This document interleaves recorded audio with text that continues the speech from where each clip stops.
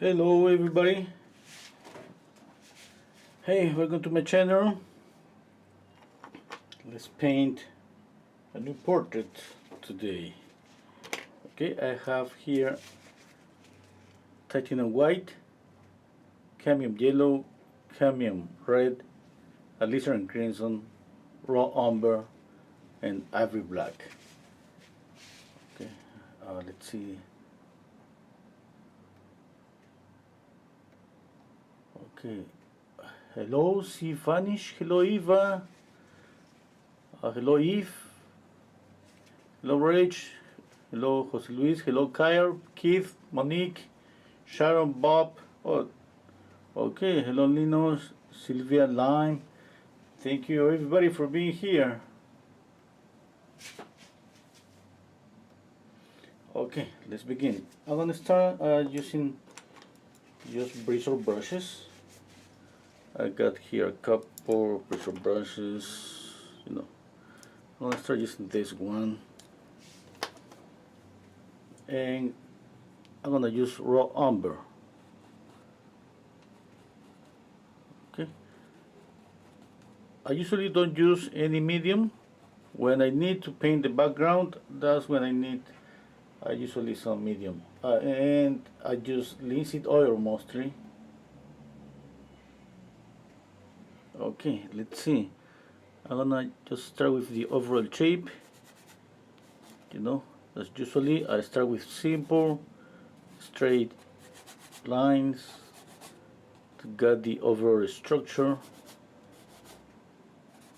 The face looks like a triangular shape.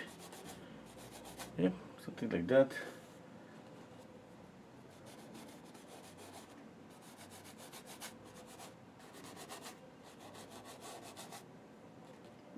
The next thing that I do, I always measure.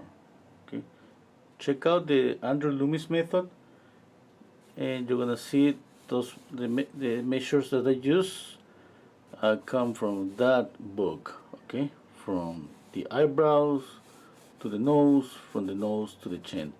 When the face is tilted, like her face is tilted, maybe this is gonna change these measurements a bit.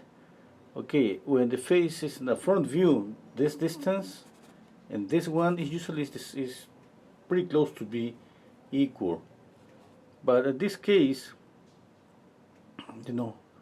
I think that this distance has to be a little bit higher than this one, and maybe the forehead a little bit higher too. But let's see, we need to check out that as we continue painting.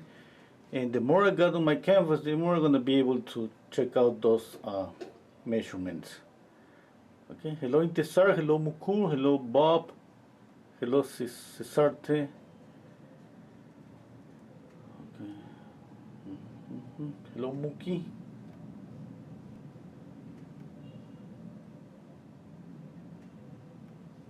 Okay. Let's see.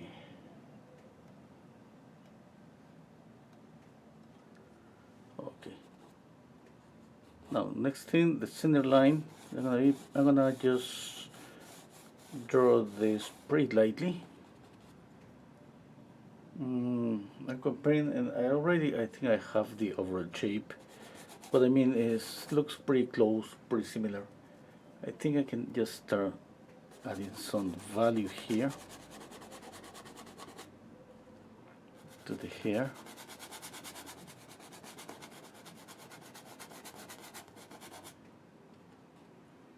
As you can see, I'm not using too much paint, by spreading the paint on the canvas.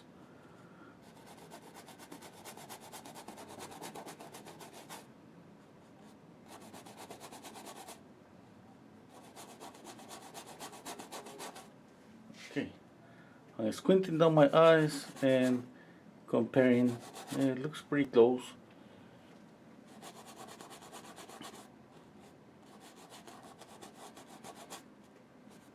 Okay, now for the eyes, another measurement is to place the eyes. Usually we split this in 3 portions and we see the eyes on top of this line. Okay, I repeat the same on every video. Okay, and it's something that I recommend just to keep doing every time that you draw or paint a portrait. I keep doing that all the time, and I've been painting portraits for some years.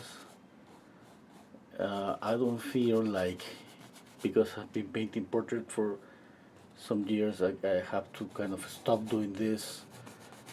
You know, when I was a student, I remember one of my teachers telling me, hey, you gotta do this, you gotta measure all the time. And I remember asking, like, when am I gonna stop measuring? Never, you know, something that you gotta do all the time. And sometimes this measurement is not that clear, because with time we got a sense of where to place, or we kind of get better, let's say, about trying to guess where, or measure just visually the distance from here to here and from here to here. Sometimes if I don't explain that, it looks like I'm trying and guessing where I'm going to place the eyes, nose, and mouth. And I'm using just these proportions, and obviously I'm comparing with the photograph. It's not just one thing. Okay? It's not just one thing.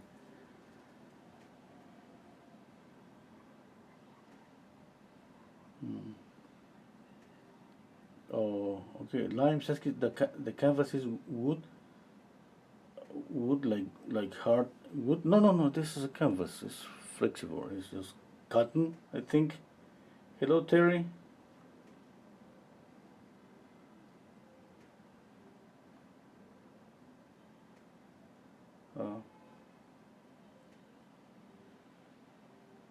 Yeah, Sharon saying this one looks like a challenge.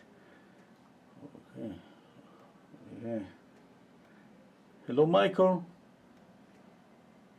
Hello, Jana, Dragus. Hello, Ali, Eliona.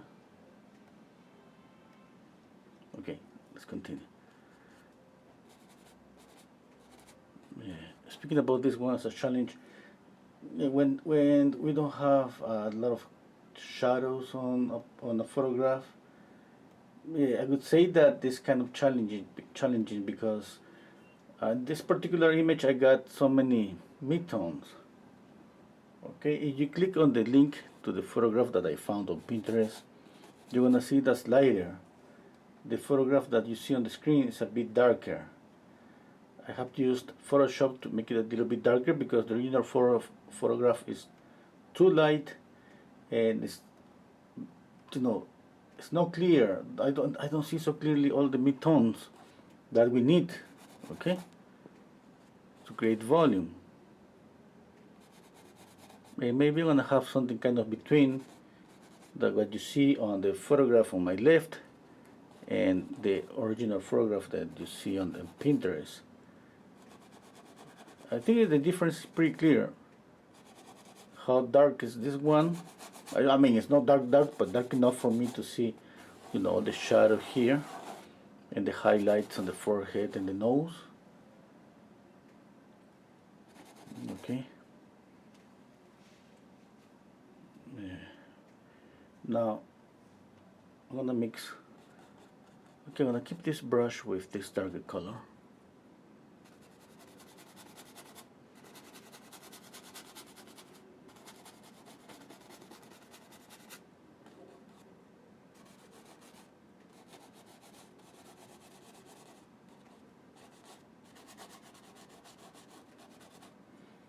Okay.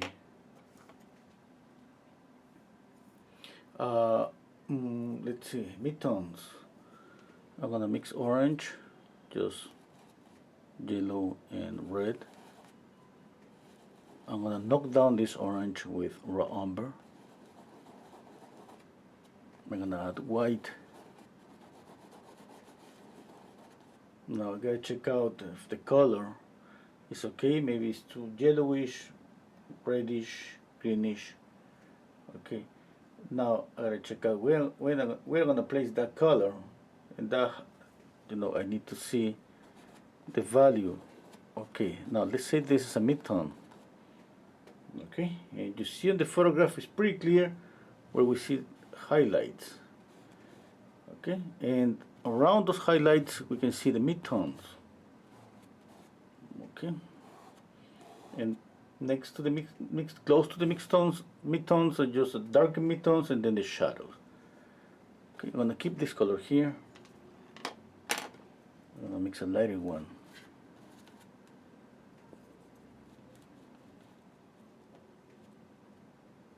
The same colors: cadmium yellow, cadmium red,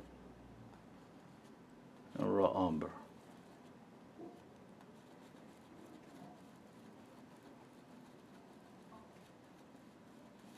Now you see your mixture, and if you see that it's too reddish, too greenish, you add, if it's, you know, you gotta see what color do you need. You need yellow or more red.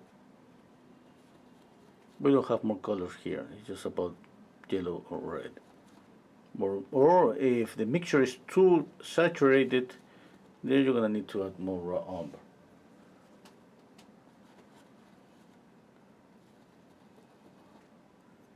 Okay, let's see if this works as a midtone. Maybe it's too grayish.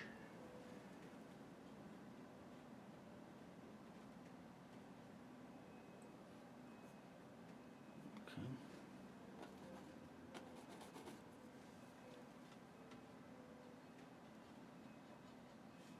Just 1 second, 1 second.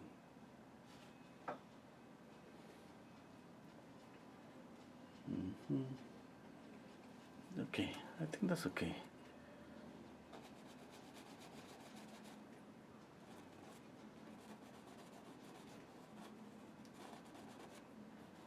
This is not the lightest light.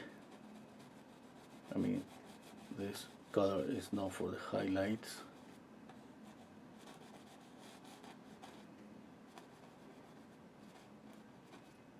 And I don't try to get all the colors on my canvas, like trying to get the reddish colors or greenish colors on the face. I start simple, pretty simple. Just think that this is a value scale, okay?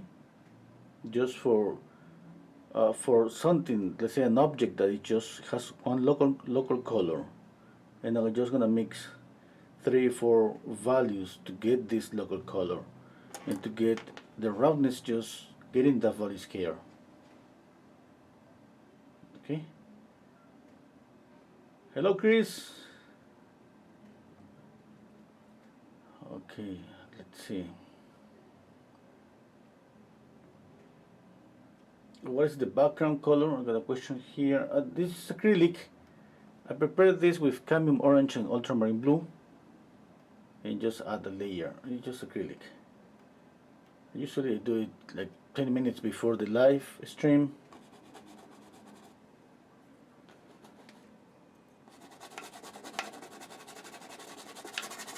Okay, I'm gonna paint a bit faster. Oh, I need another brush. Oh, sorry, I got this one here. I need more paint here, okay?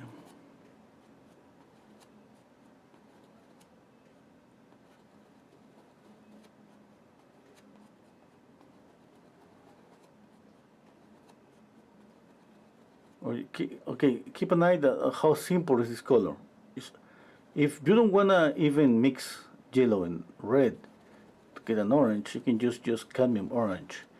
You just try to pick up an orange is kind of neutral, not too yellowish, not too reddish, and then you mix that orange with white and raw umber. Okay, that's gonna be a base color.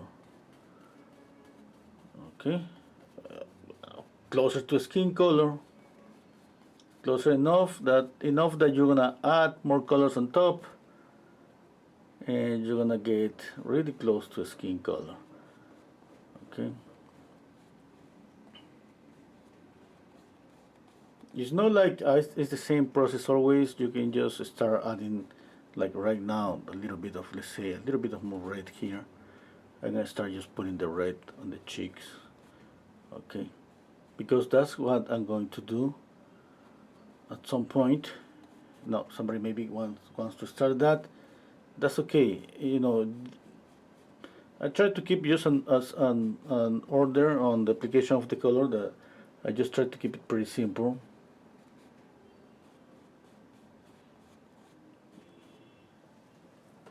Okay. Let's see.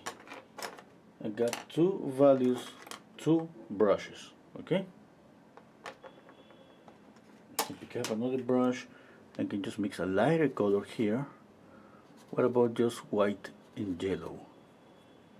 Put the highlight here. Now, this is not my final color. Sometimes you know that I add green to the highlights because I like it. It glows different. Okay. But I'm not saying that this color is not going to work. Now, I could add light blue. Okay. Now remember, when we paint, we try to copy what we see, obviously. Okay, but we have the option that paint what we want to see. Okay. What I mean is I can choose just to make this highlight warmer or cooler and not copy this exactly from the photograph. Now, I'm not saying that that's, I mean, if somebody wants to practice copy exactly the photograph, just go ahead. Everything is a good practice, everything. Okay. Sometimes I want to copy a photograph perfectly. And sometimes I want to make just some changes. If you have been watching my videos, you know that I love to add sometimes some accents. Some specifically, I have added an orange as a reflected light to a lot of paintings. Okay.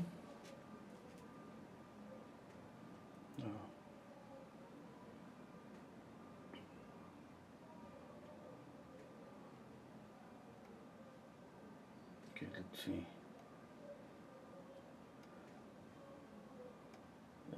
Okay. Just thinking. Yeah. I have one. Oops, just 1 second. 1 second, please. Okay. 1, 2. Okay, I got light, highlights, mid-tone. Yeah. A little bit of reddish colors. Okay. I'm gonna use another brush. Okay, I'm gonna mix another color here. I'm gonna make it kind of grayish. Okay. Okay, let's see this one.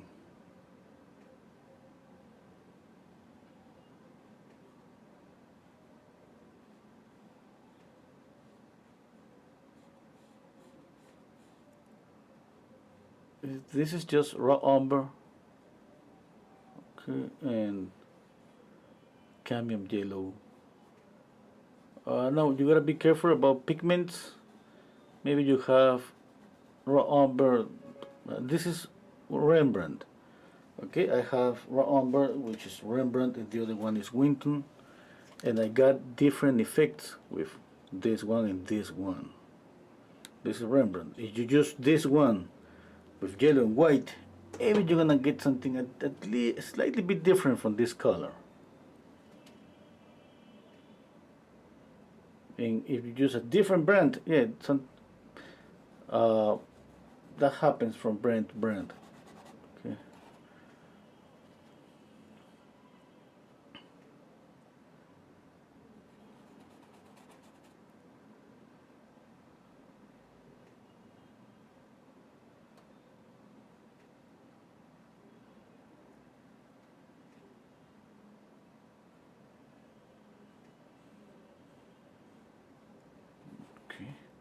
Just graying down the skin here.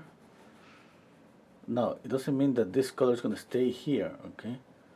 This is a base. I'm going to put more paint on top. Maybe at the end the face looks more reddish than orangey, than greenish or any color. Okay, I'm gonna read some comments. Oh, hello Marilu. Oh, you can see the comments here. That's my wife.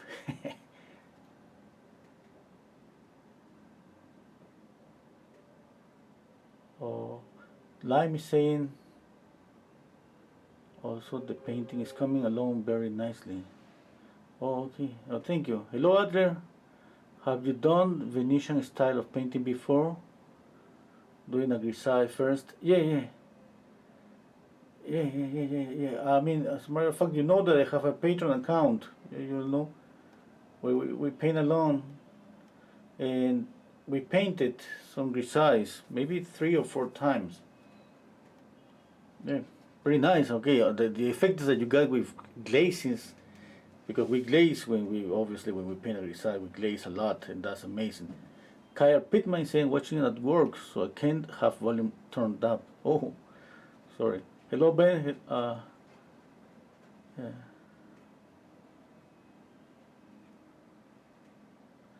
Okay.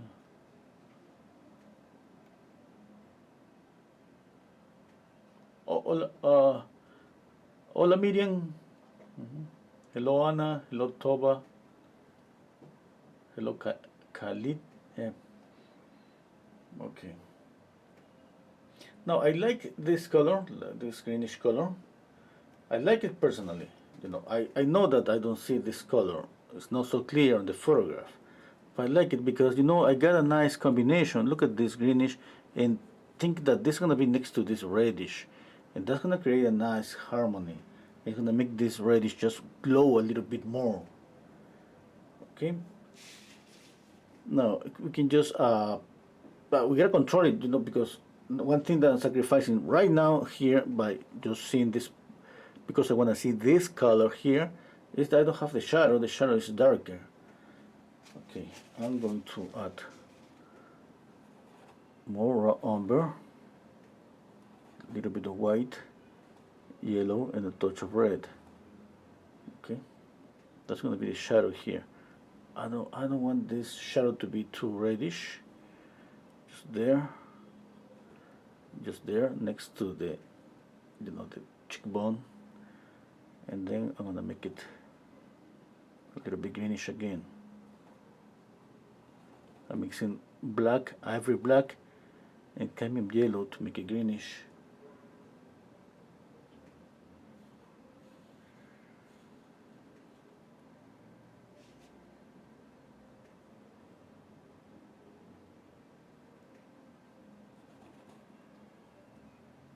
Okay.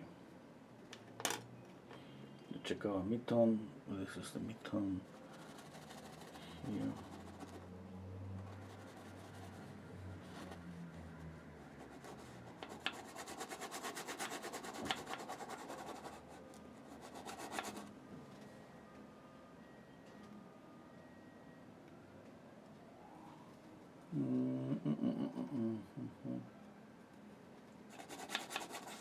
Okay, I'm gonna paint the background.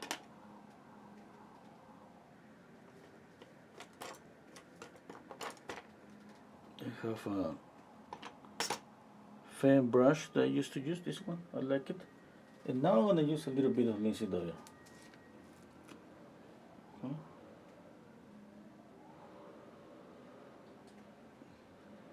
Okay, just a little bit. Now, if I just mix black and white, I'm gonna have a bluish background. Okay, if I add raw umber, I'm gonna have a more neutral background because raw umber is a bit warmer than obviously. And if we want even a more neutral background, we can add a touch of orange.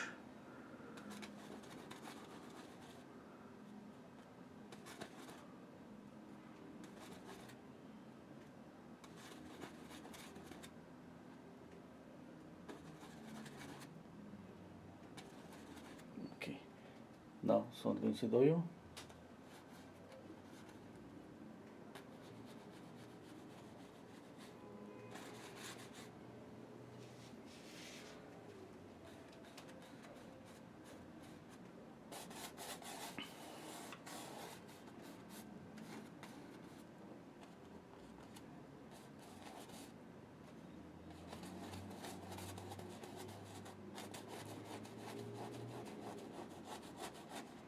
I'm adding more raw umber, a touch of orange,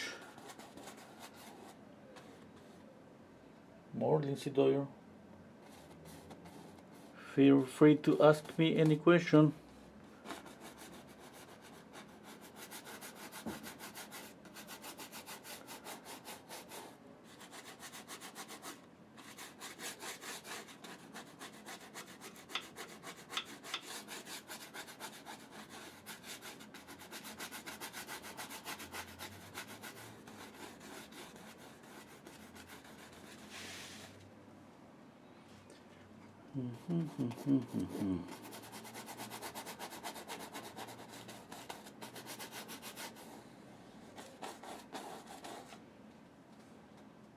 Okay.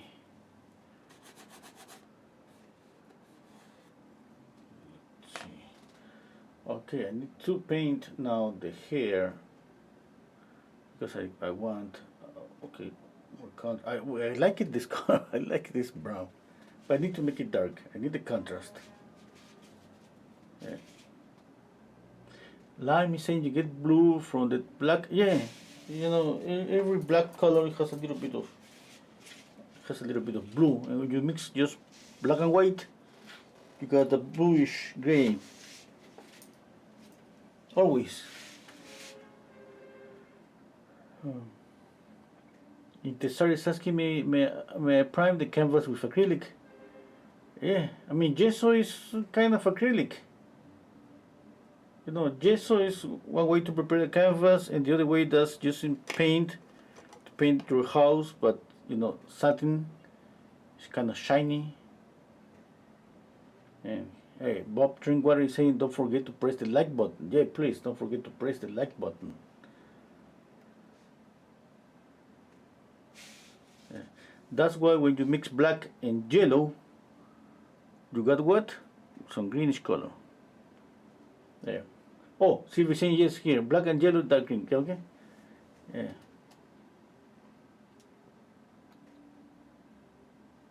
Okay. I'm just checking,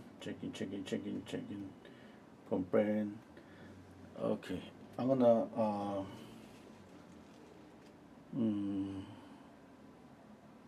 okay, I'm gonna draw a little bit. What I mean is I'm gonna go over some details.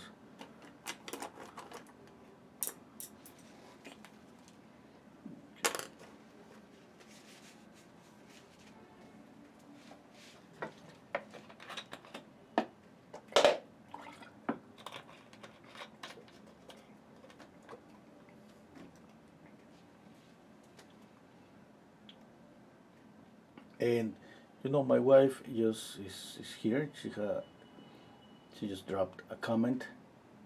Her name is Mariluz. She has a channel. She paints landscapes, but that's in Spanish. Somebody speaks Spanish and wants to watch landscapes. Yeah, you can go and check out her channel.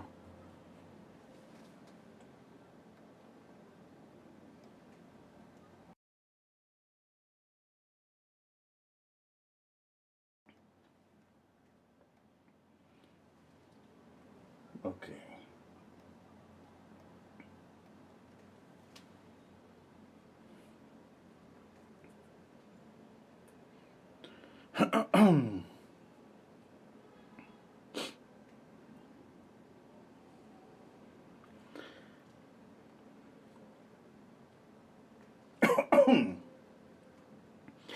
I was drinking some juice and it looks like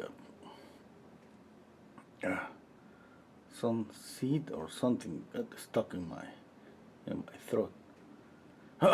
Just going over the eyes. Not too much paint. You see that I just use the tip of the brush. Okay, I compare. I step back. When I draw the eye and the eyebrow, I always check out all this shape here. Like just one thing, okay? And the same here. I'm just thinking this is something flat and how I'm gonna copy this. Okay? It usually works. Uh, why I do this? Because sometimes we paint the eye, and we got the eyebrow that is too high to separate it from the eye, or it's too close to to the eye. Okay? And in that way I prevent myself from moving the eyebrow to separate the eyebrow from the eye too much. Okay.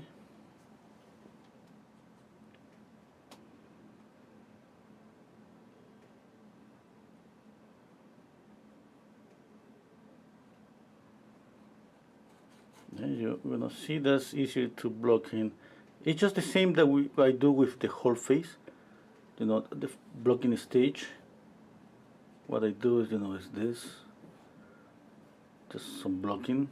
The same is happening here. Okay. For the nose, when I draw the nose, every time that you're drawing or painting something, always don't stay thinking just about that specific nose and how you get it. Okay, I check out, for example, this side of the nose and the aligning with the eye, and the corner of the mouth the same with the eye. I always kind of tracing an invisible grid made of horizontal and vertical axis all over the face. Okay, that makes it easier just to always get the feature of the face into place, because I'm not just focusing myself on just one eye. No, I just see this eye. It's almost not detailed here, but for sure I got the position in relationship to the other eye, and I got the nose in relationship to both of the eyes. Now I check out the mouth, and I do the same.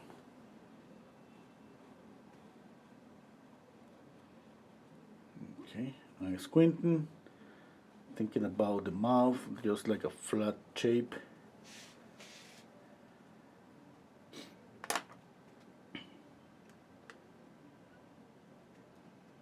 Okay.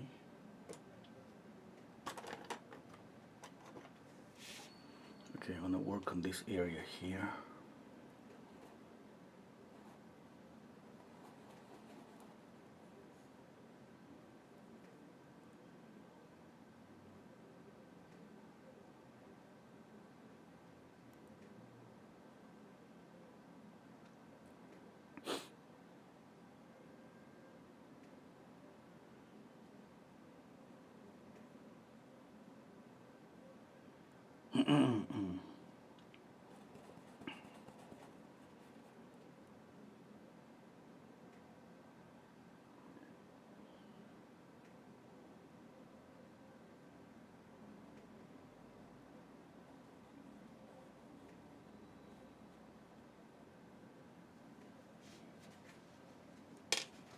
Okay.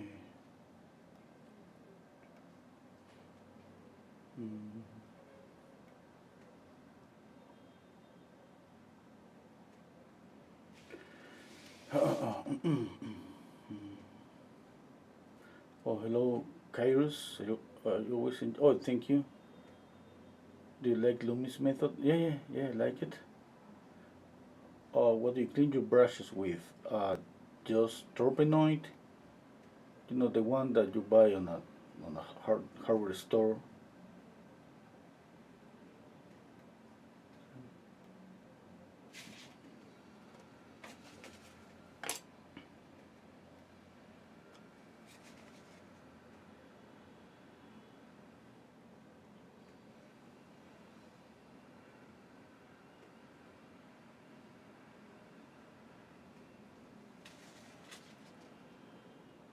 Mixing alizarin crimson with cadmium red.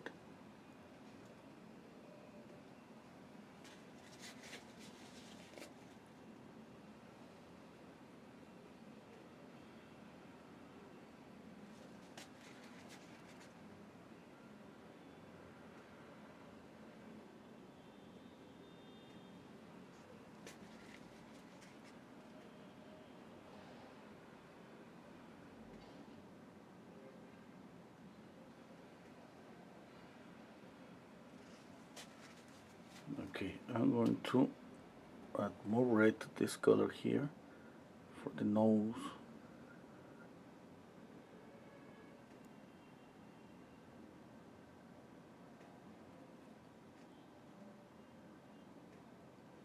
For the cheeks.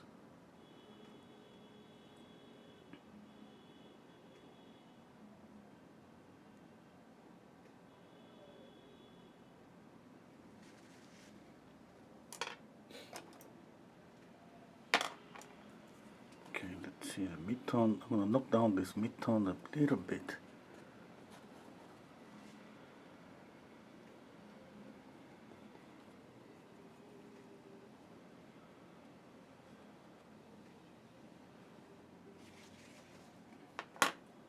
I'm going to zoom in so you'll see the paint.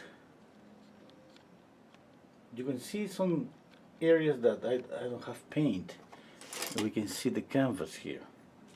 That's pretty nice, you know. That's why I take advantage of the canvas, of course.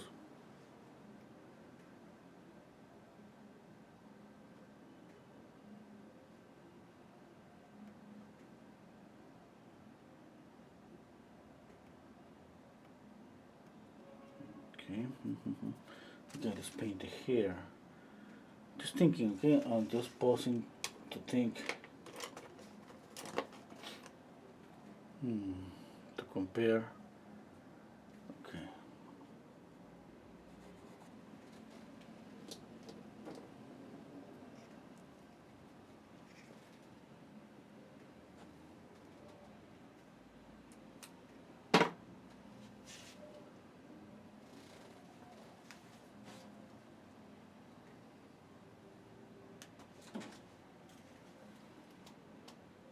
Mixing raw umber and black.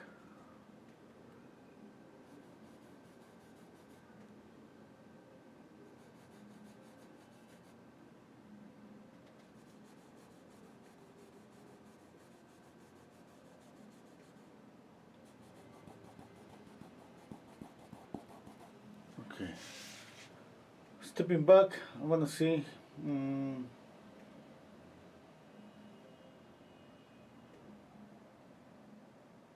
Yeah. Okay. I'm gonna add a touch of cadmium red.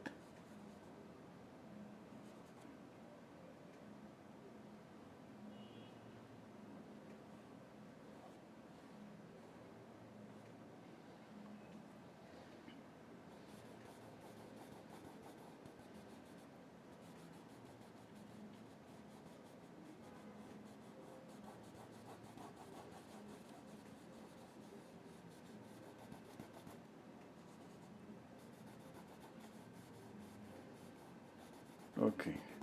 I'm gonna pause a bit. Okay. I got the face, the eyes, nose, and mouth. Okay.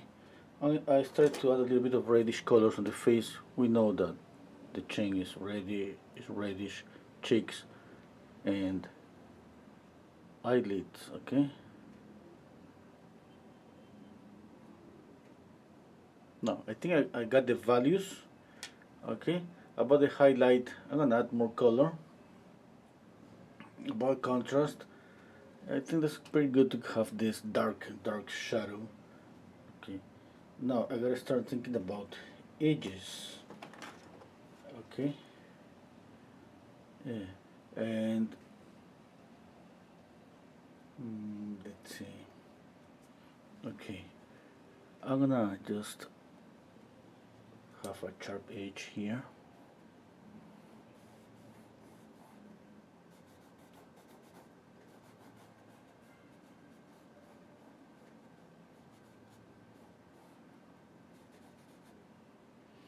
Okay, I need a sharp edge definitely here. In here too. Okay. I'm gonna have a sharp edge on the nose, definitely to make the nose pop. Okay. Here. Let's see, this is the edge of the nose. there. Here I need contrast between the light here and the nose.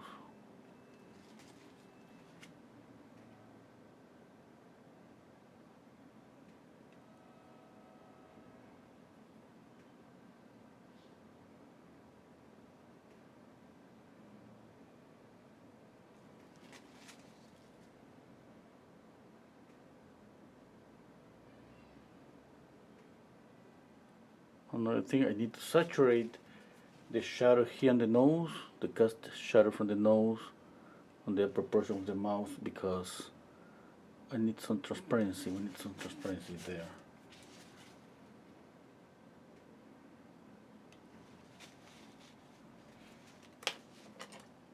Okay. I'm gonna blend a little bit.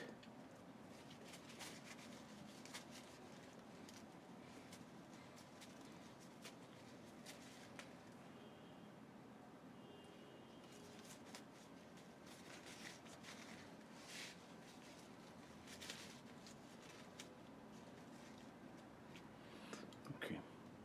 I'm gonna blend a little bit.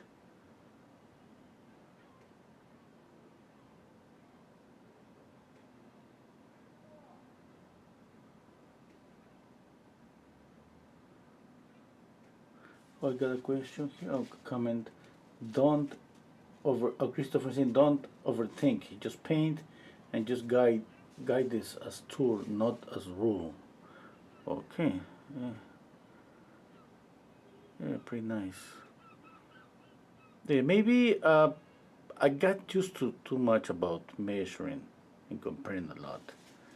And I'm pretty sure if someday I try just to paint, like just by eye, without measuring, I'm gonna be doing that even if I don't want to, because when you got used to do something, I don't think there's a way to turn off our brain and say, hey, you're not gonna do this. It's just like, driving a car.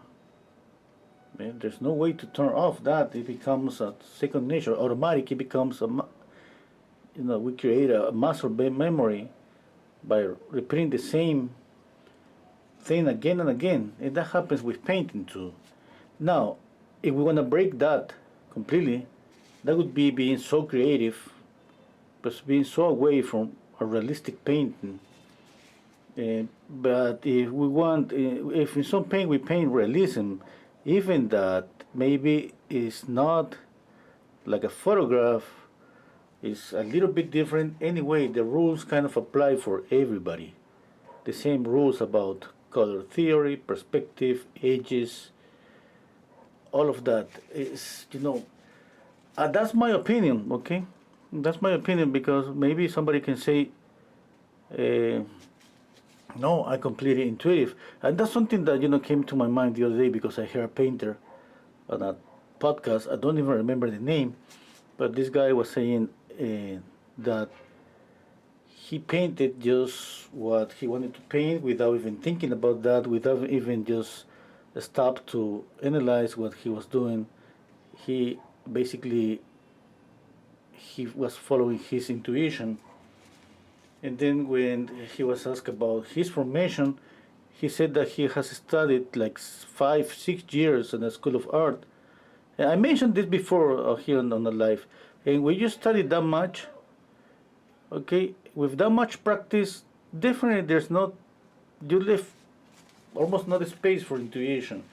One thing is that you don't think about what you're doing anymore, because it becomes a second nature for you, but it doesn't mean like you're very intuitive, and not specifically about painting a portrait or something realistically. Maybe for other things, yeah. But at the end, who am I? How do I know? It's just my opinion. And that's kind of tricky for me, to try to not follow rules. But that, you know what? You got me thinking about trying to do that. I don't know if that's going to be even possible for me, since I've been following these rules and practicing this too much, to the point that it's just part of me and it's in my brain. It's no way to turn it off. Yeah. Okay, that's looking better. But I got something wrong on this eye. I think is that even that if there's no detail, if I squint down my eyes, looks like these eyes. Maybe I should move it a little bit up.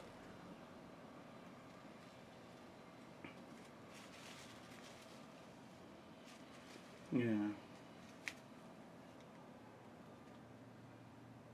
Oh, did is saying here is a storm. Wow. Amazing.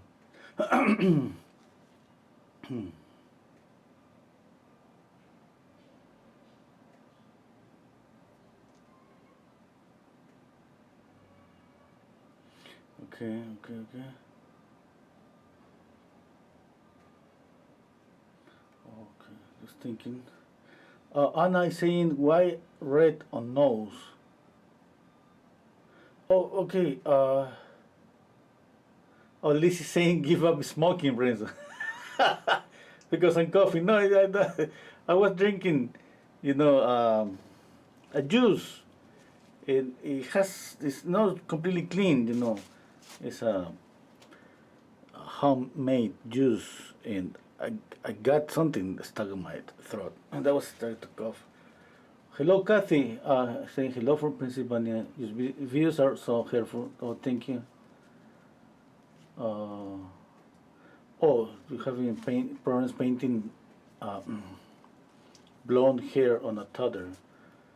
Okay, I'm gonna try to pick up a subject. Going back to the question, why red on the nose? Yeah, this is about anatomy.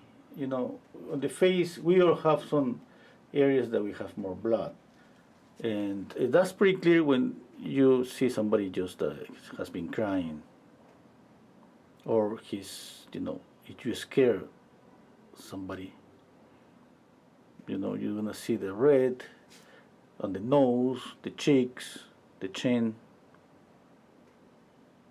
It's just we have more blood there. It's just that. And the thing is that painters, we are free to exaggerate that a little bit. Now, when you check out masters, the masters on museums, they used to do that. They used to exaggerate that. Yeah? Because we don't see a face, somebody walking the street like with a reddish nose. Yeah? But on a painting, we see that. And it works beautifully on a painting. But it's something that it could be pretty subtle, or we are free just to make it more and more reddish, or maybe orangey. But the thing is that the color is warmer than the other colors. Sometimes the color is not even reddish, but it looks reddish because the other colors around are more greenish. Yeah, that happens. But when you take out the color from this environment, maybe it's a muddy color, kind of a reddish muddy color, but not perfectly reddish color. The thing is that that's the reason why we add, everybody adds when they paint a portrait reddish colors on the face. But I'm not saying that, I'm not gonna say that's a must, because I have seen some paintings where I have seen any reddish colors on the face and they look amazing. And I stop and think, hey, wow, look at that, when somebody just is a master, just mixing values, controlling values and ages, you can get away with a nice painting without even using all the colors that they are usually needed on a portrait to get the skin color. Yeah, it's just amazing.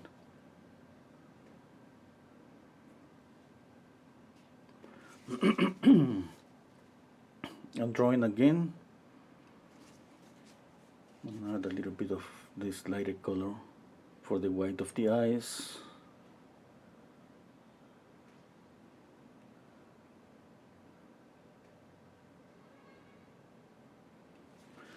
Now my painting, everything is kind of blurry from this, obviously, because I work on details slowly. From this I gotta stop at the point that I think that I have enough details. Okay, and I got some softness on the port. Now, I'm not saying that that's always the same path for every painting, but on this one, I would love, obviously, some softness on the face. Sometimes when we paint a man's face, maybe we just could be different. Okay, let's see. Yeah.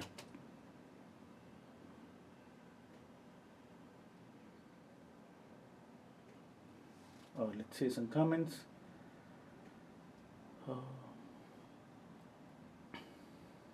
Is using walnut better than linseed oil? Yeah, sorry about that. I haven't used walnut oil ever. Yeah. Yeah. Oh, my God, saying it's hard to change, but sometimes it's good to try something different. Yeah, yeah. Oh, Christopher saying I said that, Lorenzo, because some people don't use rules as tool, but become obsessed with the rule and have narrow vision. Oh yeah, everything that's true. Yeah. Yeah, yeah. Painting art is so free that we're free to use so many different tools to get what we want, or try not to use them. I don't know. For me, it's gonna be always kind of tricky to. For me, okay, for me, because of my formation, that's gonna be always kind of tricky. Just to try to not think about rules.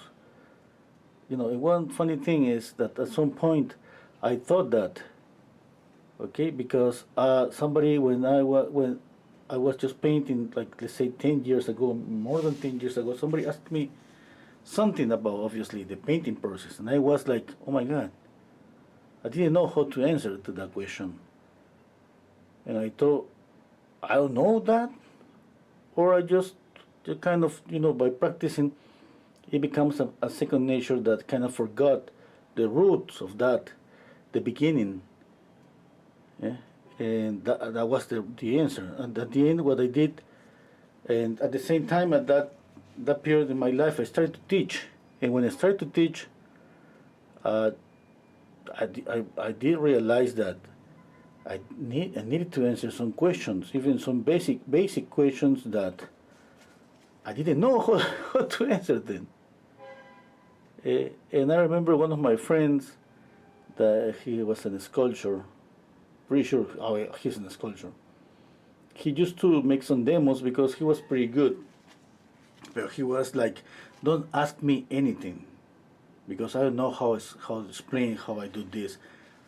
I don't even know how I do this, but his sculpture were amazing, but he didn't know how to explain it. But it doesn't mean that he didn't know a lot of anatomy and rules and all of those things. Yeah, but that was amazing anyway. Just for me, seeing somebody that the knowledge was so deep in his mind that it was even difficult for him to get something from his own mind to explain it. It was just the result of so many years of practice that he was a master on doing something and not even thinking about that much. The same way that maybe somebody is gonna think. I mean, for me, it's kind of different. I gotta think all the things that I'm doing. Okay, I always thinking, okay, this value is okay. This is not good. But I got some kind of blank moments in my mind when I'm speaking about something. I got lost in the conversation, and I continue go on because it bring memories back to me, and then I kind of in an automatic pilot here, moving the brush, and my brain goes away. Just a picture in my head, images of my friend making sculptures and saying, "Hey, don't ask me anything," and my teachers and all of that. That's funny.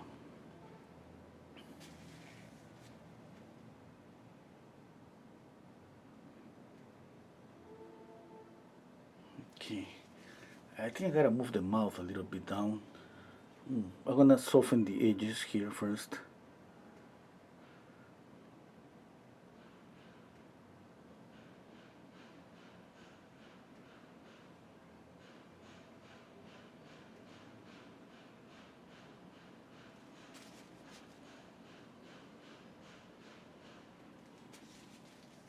Okay.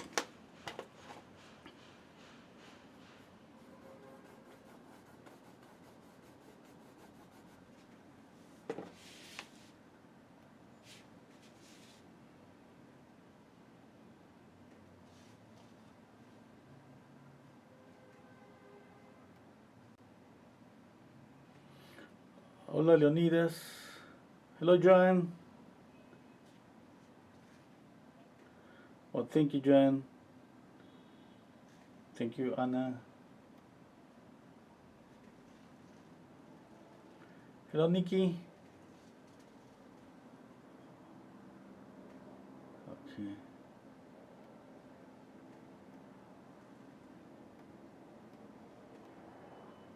Okay. Oh, somebody was speaking about walnut oil. Okay. There is an oil, I think it's walnut. I don't remember the translation to the Spanish word, but there is an oil that is used to prepare white. Okay. The paint, okay, the paint white, the titanium white, because it doesn't yellowish that much like as linseed oil. Okay. I don't remember that's walnut or something like maybe sunflower oil, if something like that exists. I'm just trying to kind of look in my memory for the right word. I couldn't find it. I couldn't remember the word in Spanish. I'm sorry, in English. If somebody does know about this, that would be nice just to put it in the comments. But definitely, linseed oil is not used to prepare white paint because it's yellowish with time. Yeah.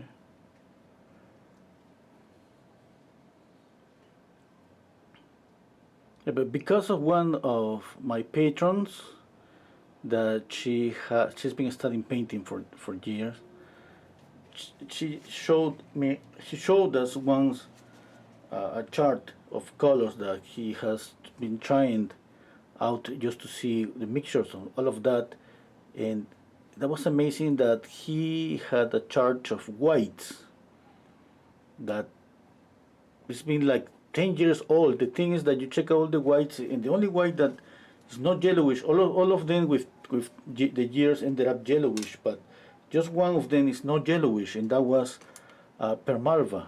That's the I don't remember that's the brand, but that's titanium white. Okay, if somebody knows that, okay, that's enough to go just to the store and buy all of them. You know, a yellowish color that a white color that after 10 years it doesn't yellowish that much. That's amazing. Yeah. Oh, I think I need to narrow the face, yeah, for sure.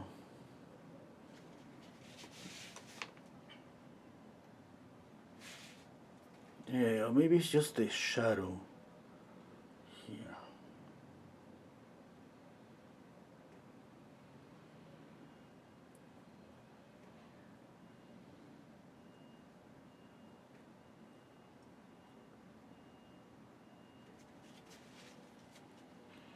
Now that you will know Permalba, I'm gonna write it down because I don't know if I'm just pronouncing that right.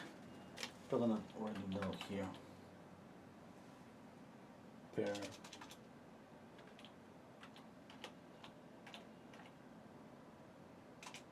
Okay, just hurry up, go and buy that oil paint. Yeah.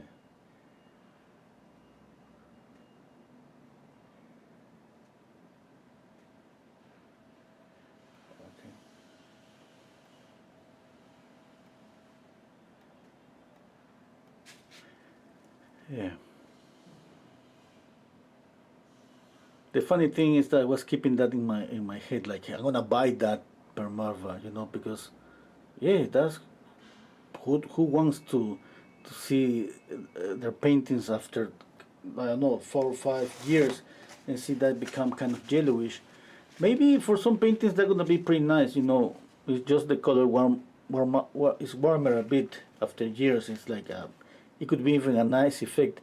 It could be sometimes the nice touch, the nice glaze that the specific painting needed. At the end, a warmer color is always beautiful, always helps to make a beautiful painting.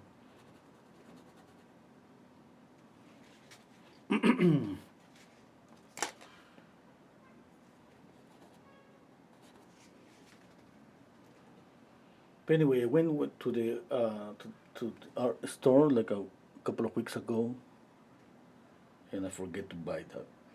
Oh, yeah.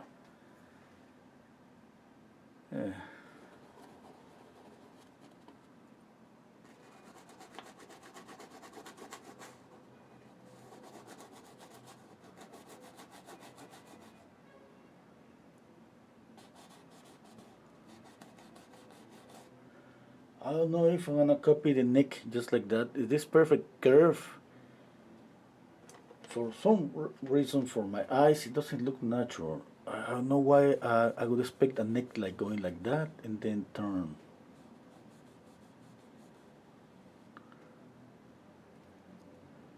Yeah, I like it more like this turning.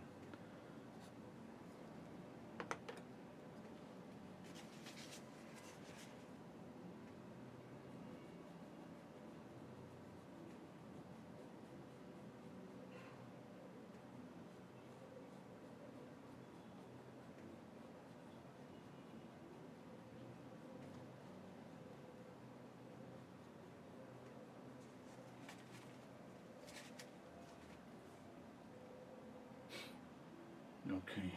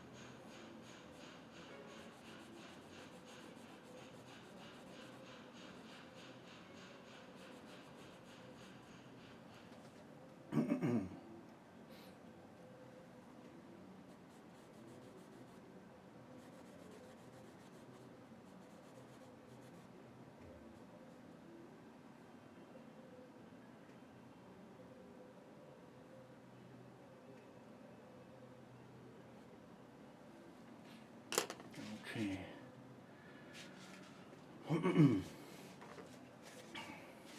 I'm gonna paint the eyes.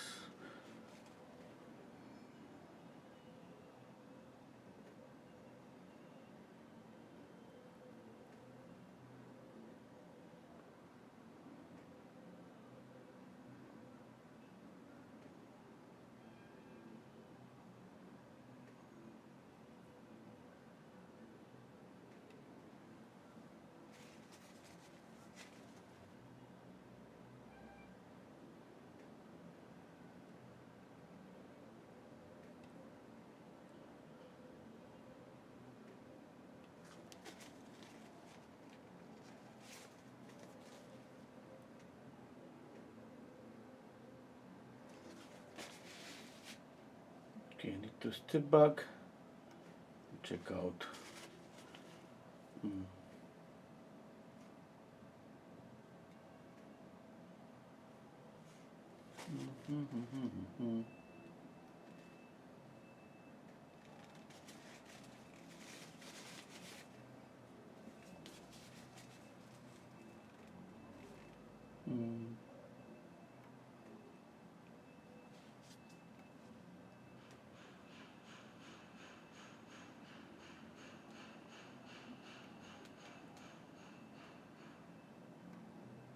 Okay, okay. I'm just thinking for a minute. Okay, okay.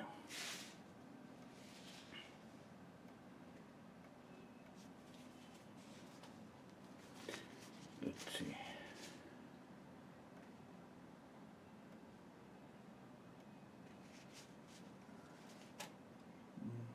I'm gonna use pure black.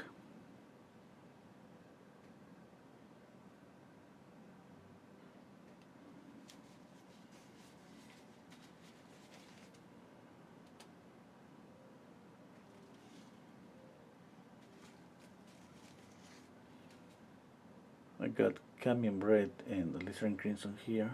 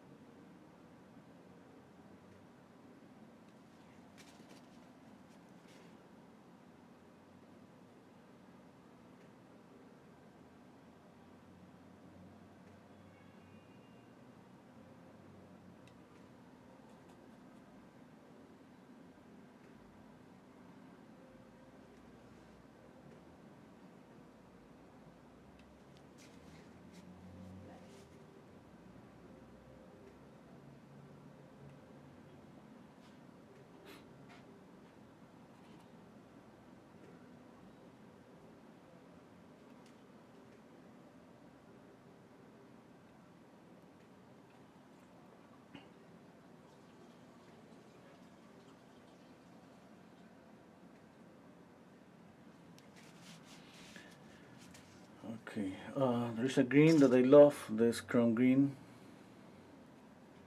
I'm gonna put it just a little bit here. I love to add some touches of this green.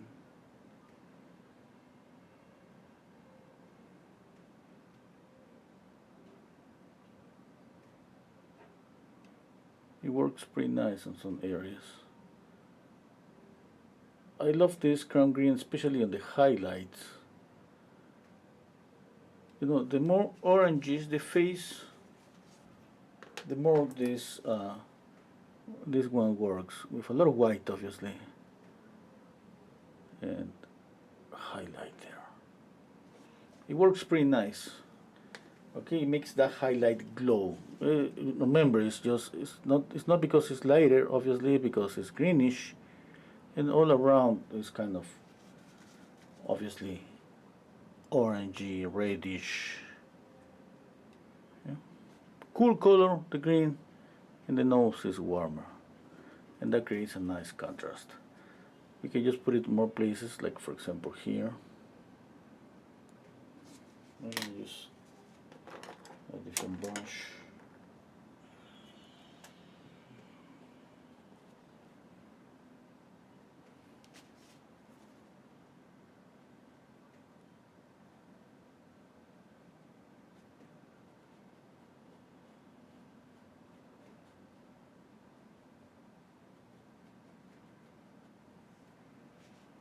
Okay.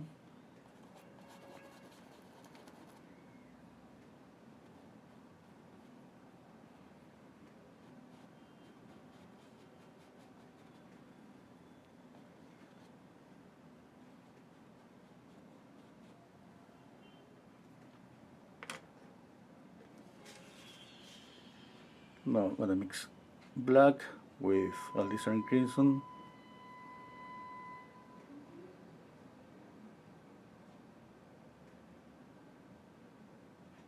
Let's add some makeup.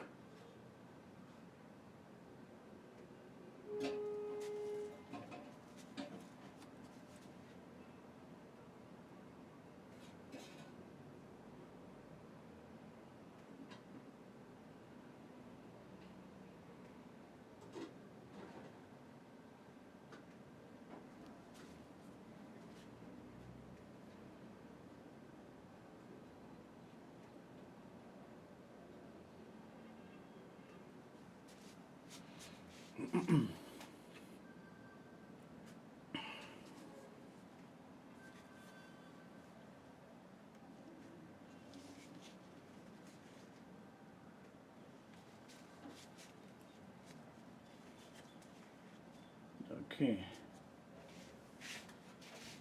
Intesar is asking me what's the difference between sometimes you start in sketching round and sometimes geometrical. Okay. Yeah, I mean, let me think about that. Okay. You know, that's something that maybe I don't choose, or I don't think that much about that. I just see a face and start to sketch, and I don't think that much about this gonna be like this, like that. But one thing for sure at the beginning is basically geometrical always, but I always use straight lines. Now, I know for sure one thing, that if I see that more angles on the image that I'm gonna paint, I would use definitely more straight lines. They're gonna look like angles, like a geometrical structure for sure. Yeah. But I don't see that. Maybe I'm not, that's not gonna be so visible. But then anyway, I mean, usually I always use more geometrical shapes than just curves, and that's something that's pretty common. It's easier just to draw something that is like a straight line and then split it in two portions and then in three portions, make a curve than just trying to get a curve. That's why always, and every video out there always speaks about simplification. How you simplify a line, a curve. And usually you break it apart in different straight lines, and then that makes it easier to copy, because what we do here basically we copy, you know, and what's going to be the easier way to copy something? Obviously, the easier way to copy is simplification, because that's how we start. We start just with a white canvas, nothing on the canvas. The first trace, the first stroke, that's going to be maybe a brush stroke or just a pencil stroke, and that means that there is no detail. The best way to copy is simplification. There could be in geometrical, that's the best, the easier option.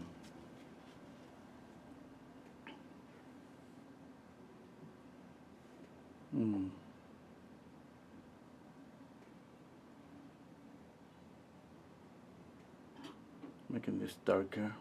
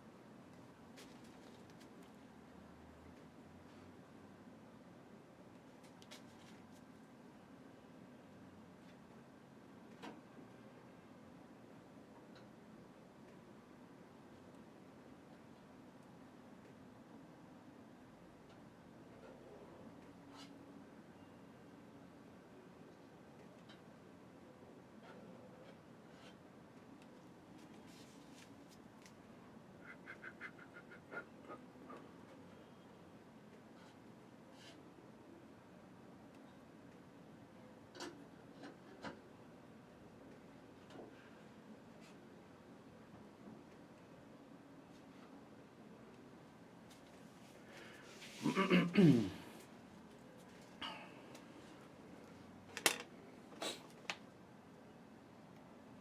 see.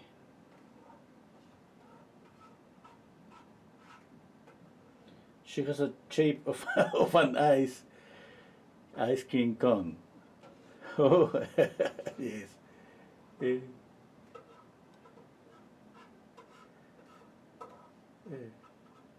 Okay. Okay. Hola, Alejandra. Okay. Now let's think about slowly, I'll continue trying to get details, values, obviously, touches of color, like a little bit of the green that I add here and there. Okay. Just slowly, a little bit more, a little bit more. Okay. And one thing that edges, okay? Edges, that's the thing that maybe is gonna be more difficult at some point. At some point, it's not like it's the more difficult. Always, we go in stages. Okay, at the beginning, obviously, the structure, the overall shape, the construction of the face is the thing that we gotta just think about, and then we move to color and values. Okay, and that's gonna take us basically the whole process, because we are gonna be adjusting to the whole process, all the values in color too. Okay, and then edges are gonna help us to create depth, to complete the illusion of depth. Okay, touches like this, touches of color, it's gonna help us obviously with depth too, but it's gonna add some variety, and it's gonna make the face glow in a different way. That's different we just use one color. Okay, but at the beginning, remember, we try to keep it simple. We basically use one color, which we break apart in just values from light to shadow. And then when we got that, we start adding more color.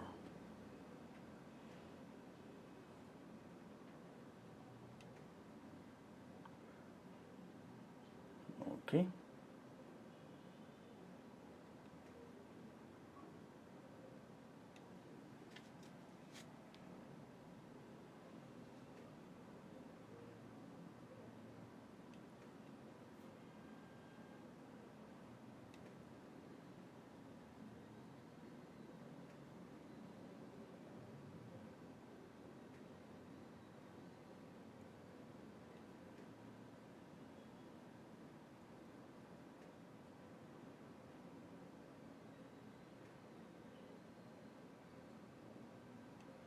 Adding a bit more saturation to this pinky color here.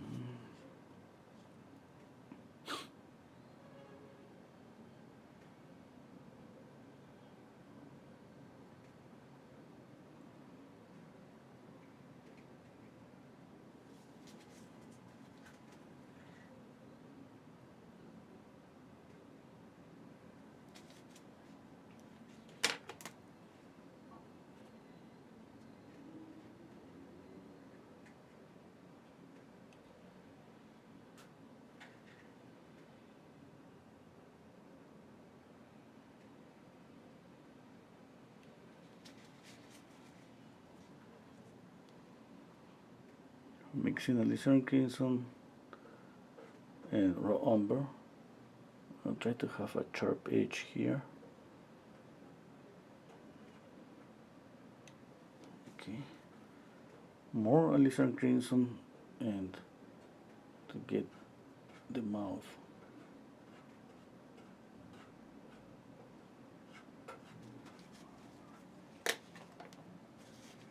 Okay, I'm gonna soften here.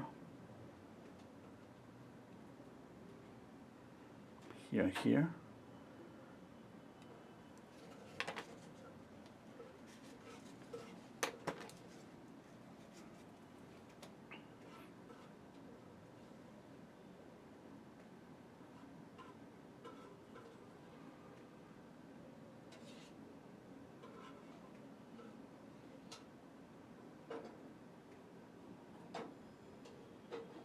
I'm gonna read the comments in a minute.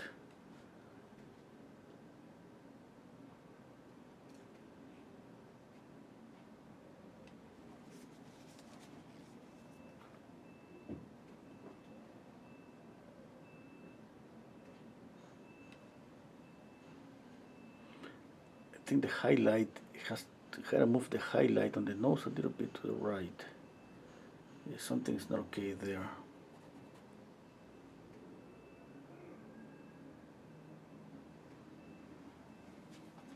Anyway, I need to step back, check out, okay?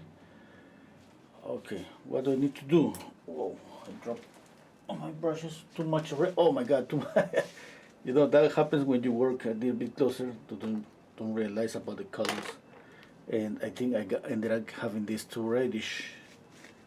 I don't know how it looks on the screen here.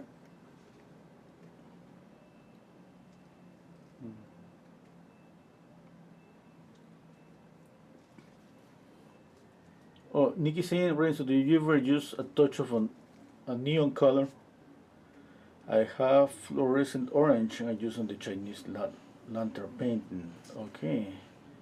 No, I haven't. But this one looks pretty close. It's pretty intense. But this one is this one, chrome green hue.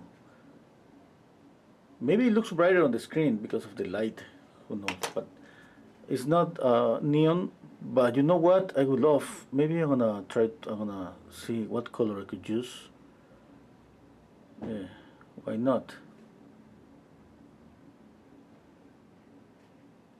Everything is out there to experiment. I'm just knocking down the light, the reddish light on the face.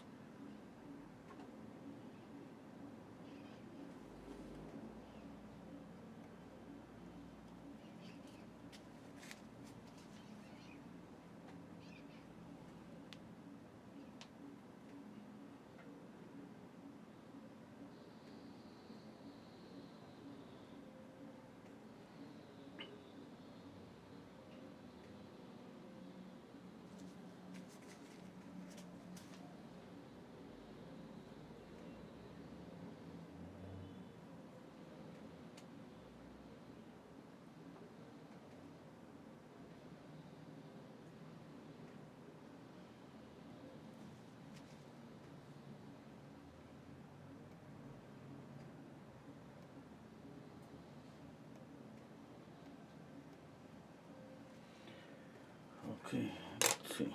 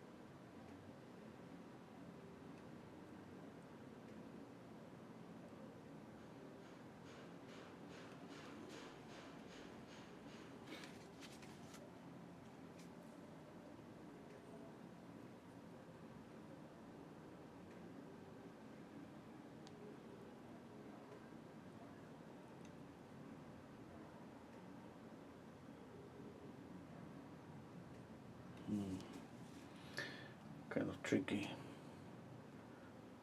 This is the difficult thing about, I'm trying to get some detail, but at the same time trying to get some softness.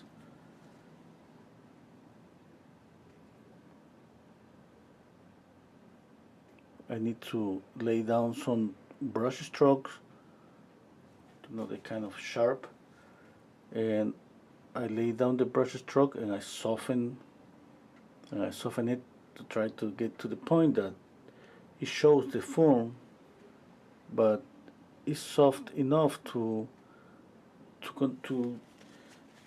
continue with the roughness of the face, and starting to make that area flat.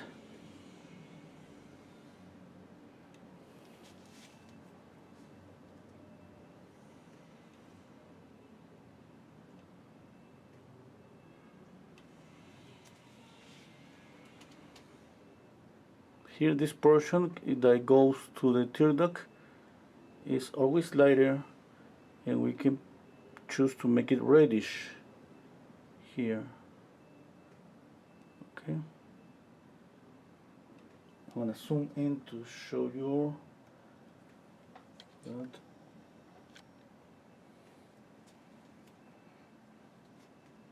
Okay.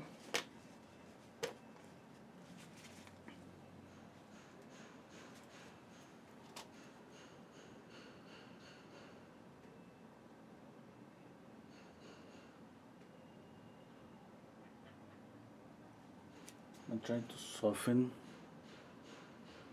any sharp edge here. I clean the brush. I'm gonna be back and forth doing this, sharpen an edge and soften it until I get what I want. Okay.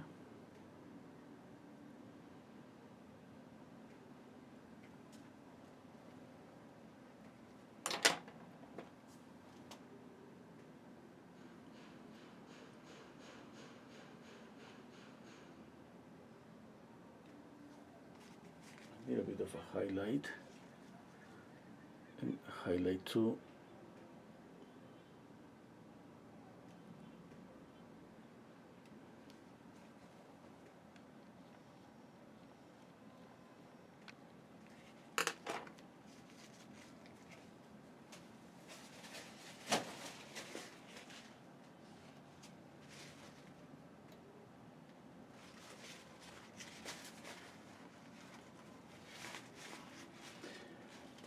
Okay.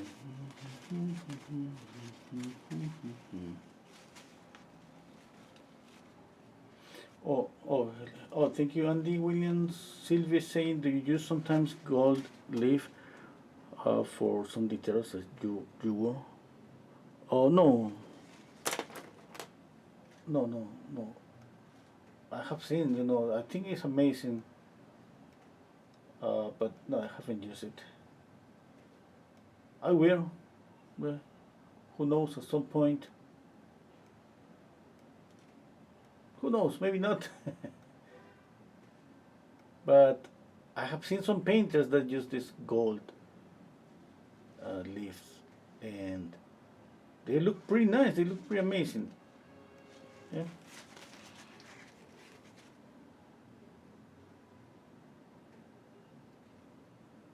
I have seen even some of my friends here that they have used that, amazing results.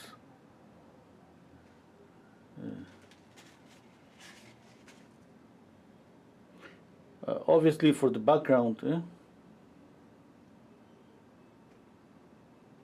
and somebody told me something I don't even remember so clearly, but something like that was pretty difficult, for example, to try to keep the gold visible when you try to paint on top.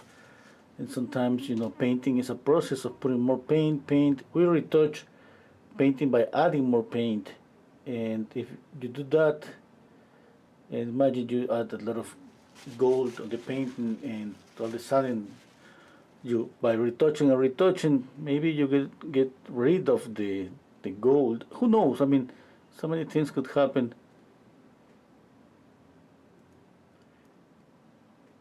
Who knows? For me, for example, to know, like, every painting is just a new challenge, and then I try to get something that pleases me, and in a way that is artistic, realistically, and if I get the likeness perfectly, no, that would be perfect for me. Getting the likeness, that's the tricky part, okay? But the thing is that I have the feeling that I need to practice more instead of moving to try more techniques. Yeah, I could be wrong, who knows? But that's what I'm just sharing what I think. It's just like moving from step 1 to 2, and then I don't feel ready to move to step 2. If the step 2 is trying new materials, new things, experiment, being creative, who knows?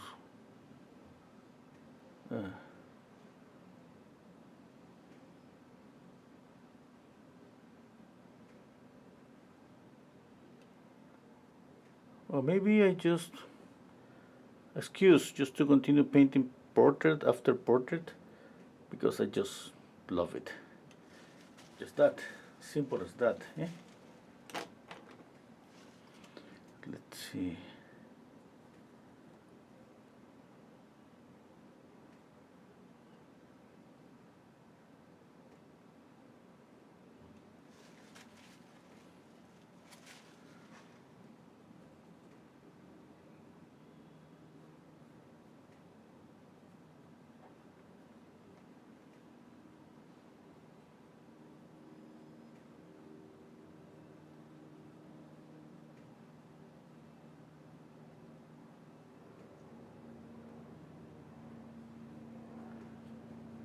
Okay.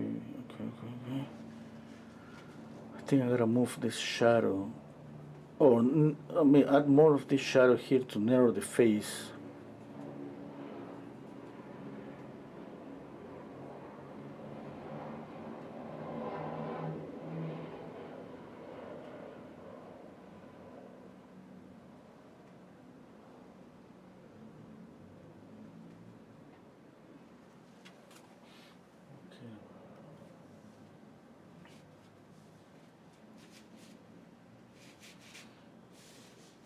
Oh, Nicky said I might have to paint him Jack Sparrow with a gold tooth. Oh, for that would be amazing. That would be shiny, a glowing, gold tooth.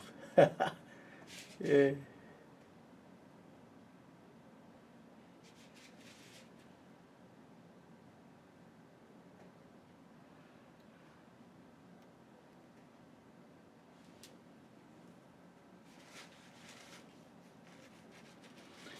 Okay. Okay.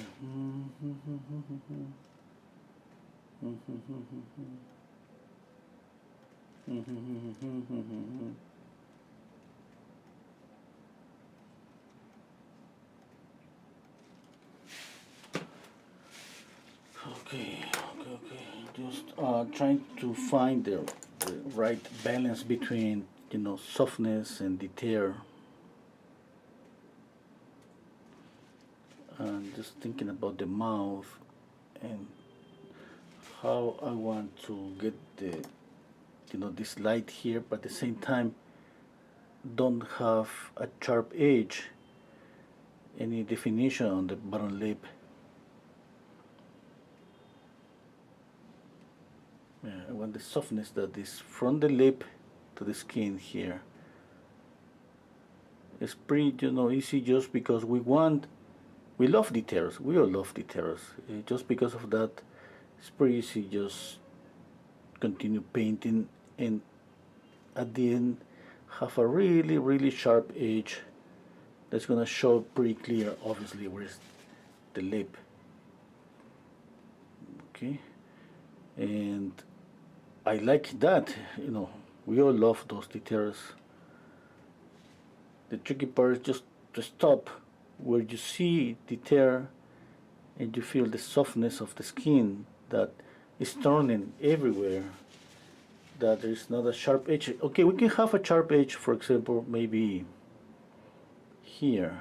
Okay, here that would be a nice spot for a sharp edge, just there. Okay, and then here has to be soft, and maybe we can have a lost edge where we don't see you know, where it ends or begins.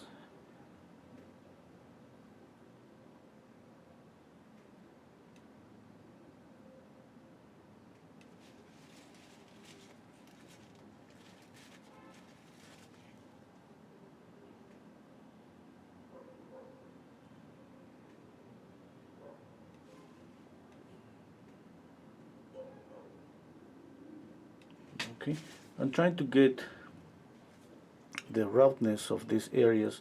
For example, in the corner of the mouth, remember, we always see a bump, subtle bump here, and here too. Okay, those little things creates the volume of the face that we see in something three-dimensional. That's the tricky part. Okay, and when I started to think about the face as a whole, now I'm starting to think about smaller areas. But remember, it's not just that I cut out myself on details.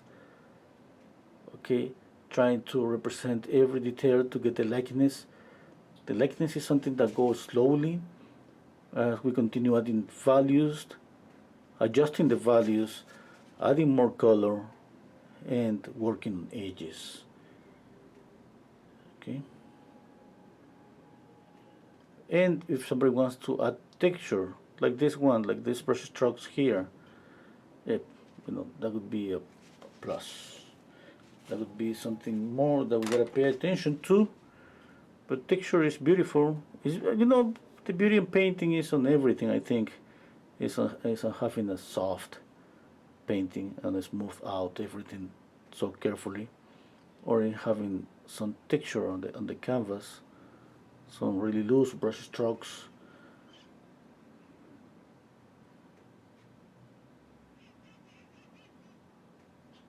Okay, and on top of that, we can just think about finishing up the painting or leaving some areas unfinished.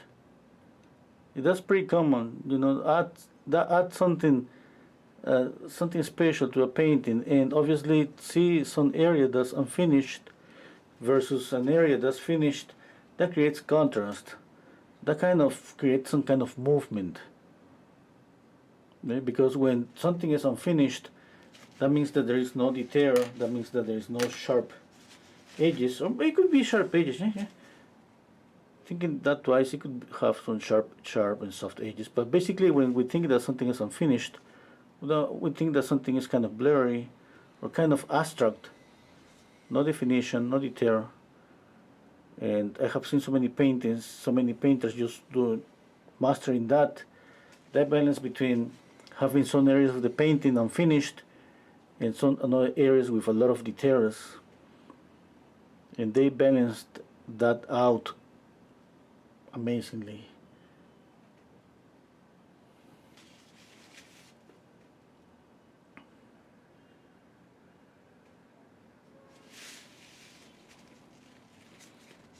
Okay, let's see, I gotta work.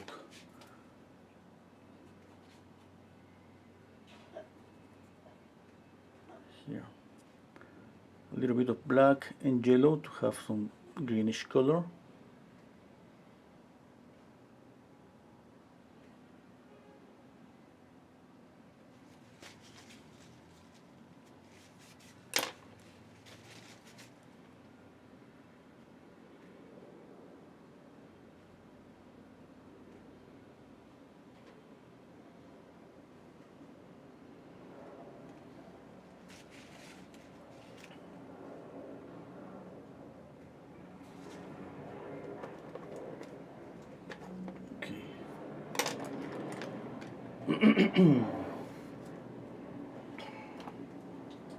I'm gonna use black, pure black, a little bit of alizarin crimson, and again.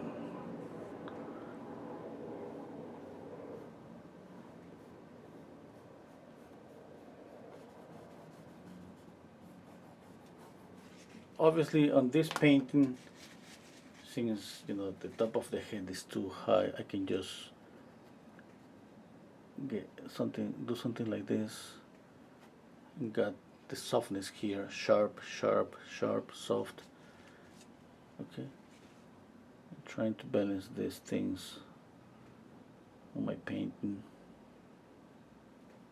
Then when you see the painting, at least you kind of feel some kind of illusion of movement that is created by the soft and a sharp edge, because our eyes is kind of doesn't understand what's happening. What we gotta focus and unfocus when we see something, because things like this, like this soft edge, happens when we pay attention to a specific area.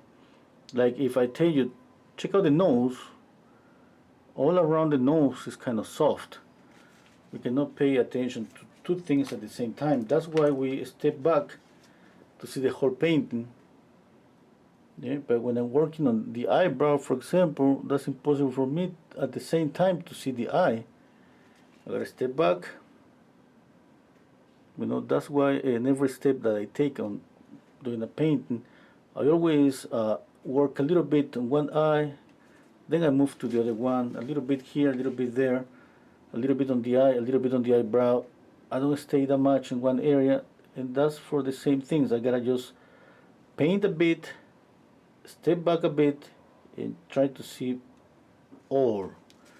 everything that's happening on the painting, because remember, a portrait is kind of a harmony between, in a good composition between the eyes, nose, and mouth. Okay, and every time that we see something that's off, we gotta I would suggest just pay extra attention to that, or maybe just soften that. For example, yesterday we tried to paint an eye that in shadow, and what we ended up doing is just making the eye basically pretty blurry without any detail, and that was better to try to get something with a lot of detail on an area that basically is in shadow.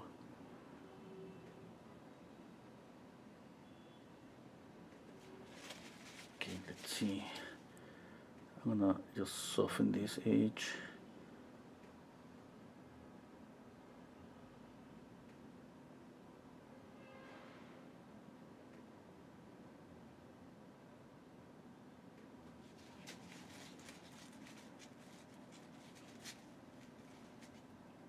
Okay.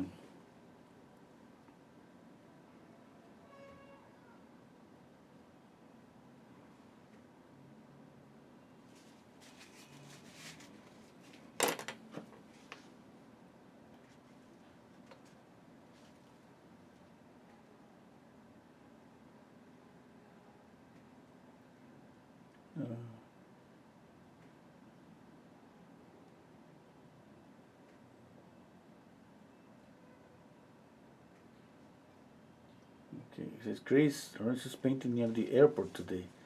Oh, yeah? Have you heard some noise? I didn't even hear anything. Okay.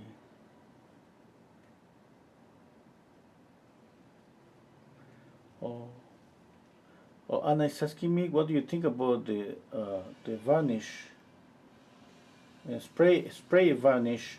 Right, I think any varnish is pretty good. Yeah. Any varnish, a good brand. Don't buy something cheap. That's just that. But I remember just using, applying the varnish with a brush or a spray. That's perfect. Jan is saying, how do I know where to paint sharp and soft edges? Yeah, that's the tricky part. Okay. Let's say that first I would say start thinking that you're not gonna have a continuous sharp edge. Okay, let's imagine that I choose differently. I choose to make this soft and this sharp, and then this soft and then sharp. Okay, I could change the order, but what I have as a result is the same. Some kind of movement here between this and this, this and this. Okay, and the same happens everywhere, because the face at the end is something soft. When we have a sharp edge like here, we basically, when you see something like that, the intention of the painter is just create a focal point and making this area pop. Okay, what you see that I did on the mouth, for example, the mouth is the same. If I zoom in, just to see the mouth. Okay, I've been dealing with the mouth in a way that I was trying to get something soft here and keeping this sharp. Okay, that's tricky because it's just difficult. You know why?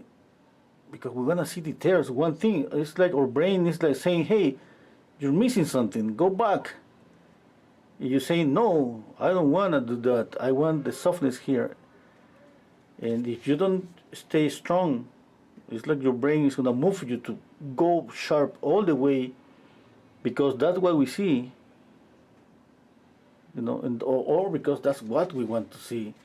We think that a painting is created of sharp edges everywhere. That's the only way that we see the beauty of a painting. And what I have learned by studying, like the best painters, maybe that you see up there on internet or on museums, that they control that pretty good. One of the the painters that control that pretty good is Sargent, for example. Yeah, and I don't know to what point. Maybe to the point that controlling every brush stroke. That who knows? But the thing is that it's gonna be always the same for everybody. Okay. Now this is kind of tricky. As I said before. Remember just to try to keep just the attention on what you're doing when you're doing it, and because when we got distracted a little bit, it's like just our brain does what it does better and just provide us with a lot of information, and we want to see everything. Okay. Now I'm saying that this works. No, this doesn't work for every painting. Okay, you gotta choose what painting. Maybe one painting is gonna work pretty good just with a lot of details, like a photograph. I have seen that so many times. Yeah, yeah, obviously, and those are beautiful paintings. And sometimes it's just that we want to got something that maybe is not full of details, but represent something realistic, some realism, that get closer to represent three-dimensionality, but without getting to the point of having a lot of details. Who knows? Who knows that what I'm saying is true? You want to know if that's true? Go and join my Patreon account.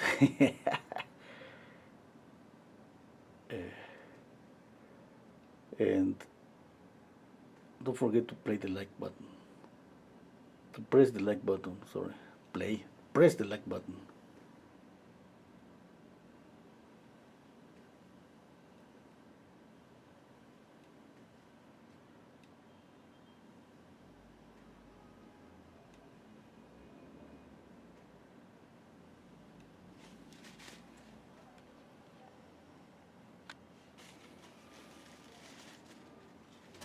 I'm gonna soften this. I just painting this and about to destroy it. Okay. Yeah, I'll check out again. If it works from a distance, yeah, it's working. And now I gotta paint again. Now here, the same thing. I'm gonna soften it.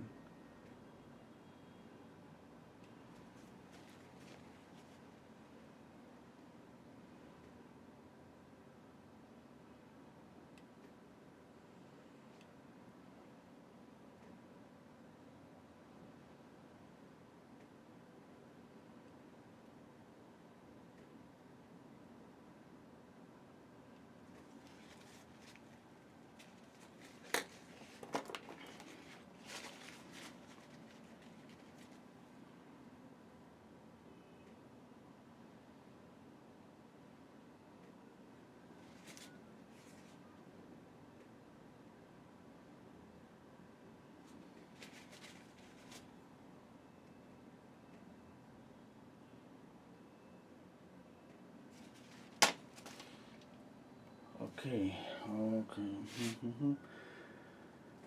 okay. I would love to say more about this thing about how not to paint on soft and sharp edges, but think we gotta think about how we create this illusion of depth. Think that a sharp edge is gonna pop forward, a soft edge is going to recede.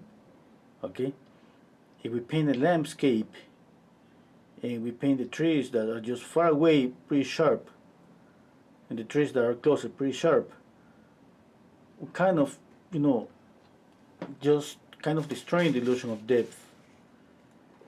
We gotta just think, okay, one way to make this tree that is in front of me just pop forward is making the other one that's far away blurry.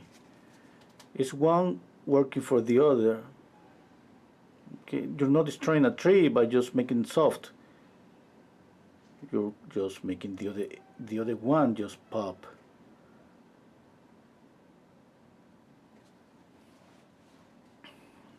Okay.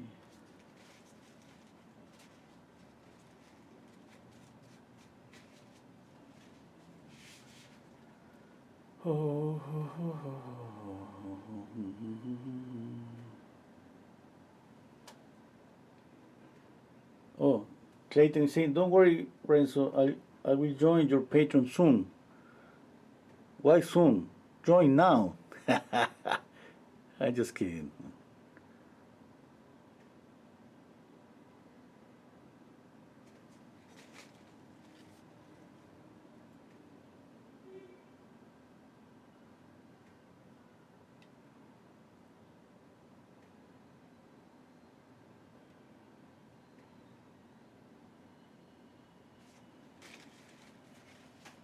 I need some blue. I think a nice blue is going to be phthalo blue. Just a little bit here.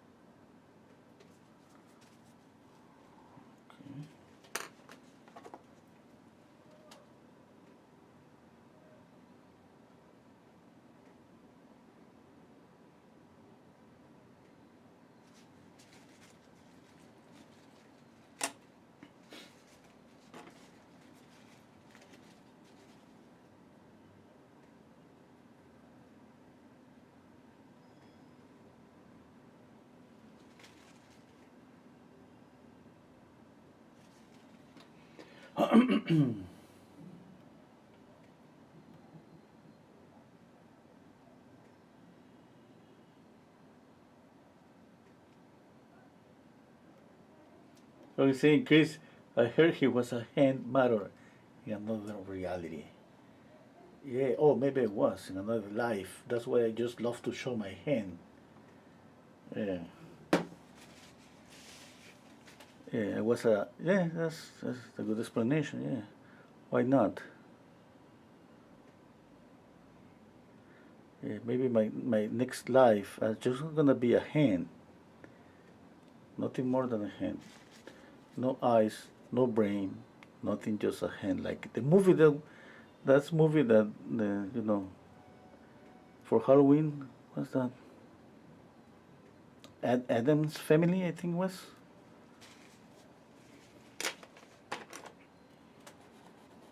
Yeah.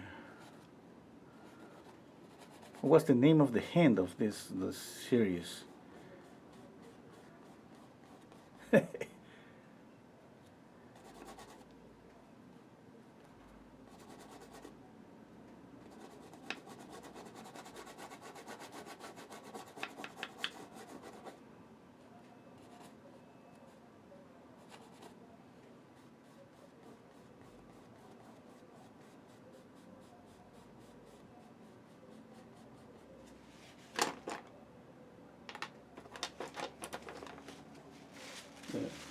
hoping that reincarnation exists.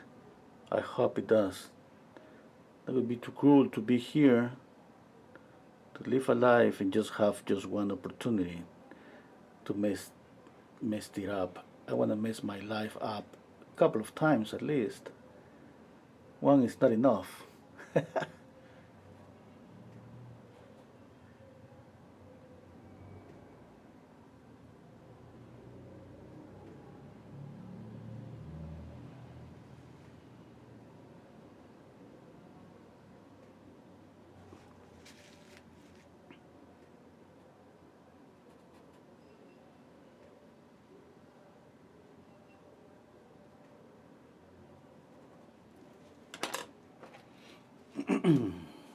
What about this blue for the dress?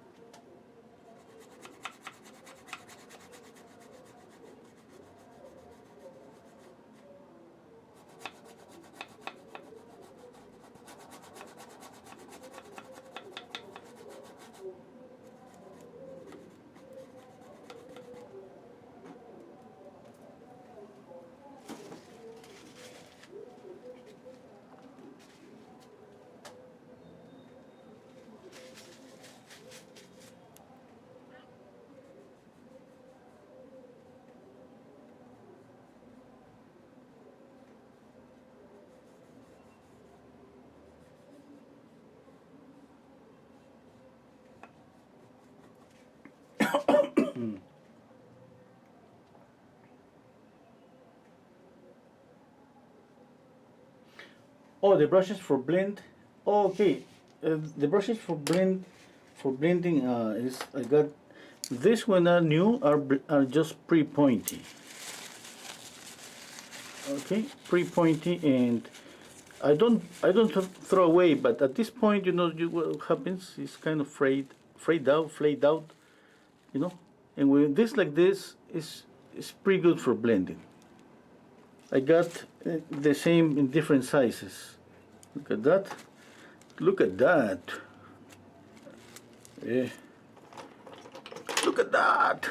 Okay, I haven't cleaned out this one, but look at that.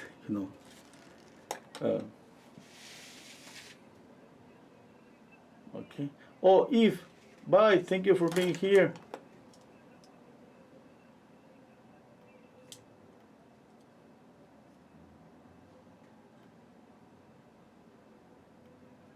Yeah, those are the brushes for blending. When I bought these brushes, they are just pre-pointy. That's the brand. It helps in some way. It says something like Bianjo. Anyway, there are some links on the description box to Amazon, to some brushes. I found some brushes that I think they're basically the same. It's a different brand, but it's basically the same. Yeah. Oh, keep saying the family hen name thing. Yeah. That's gonna be me in the next life, for sure. Yeah. The only thing that I would need, that would be a brush and paints. Okay.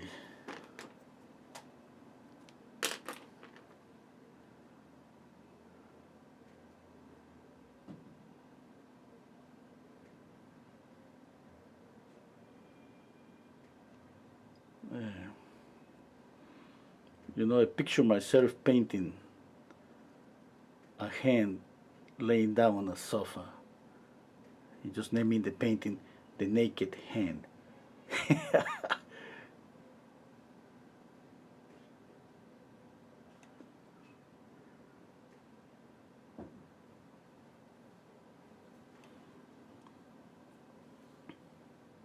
Making this a bit darker.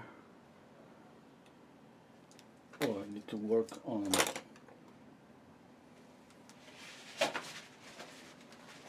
the background to add a little bit more contrast to the background. Okay. Okay.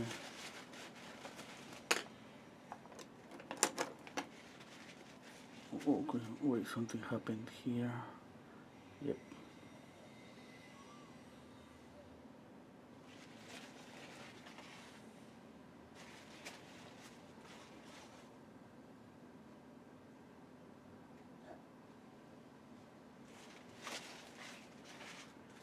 Okay, I think that's good. Sharp, soft, sharp, soft. I'm gonna I'm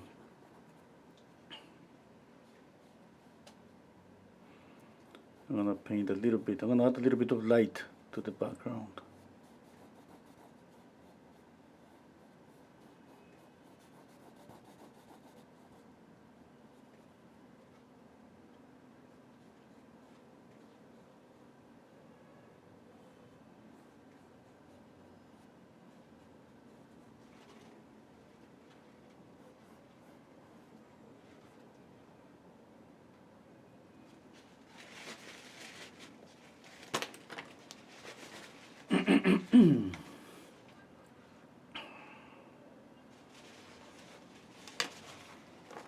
Where's my fan brush? Okay, here it is.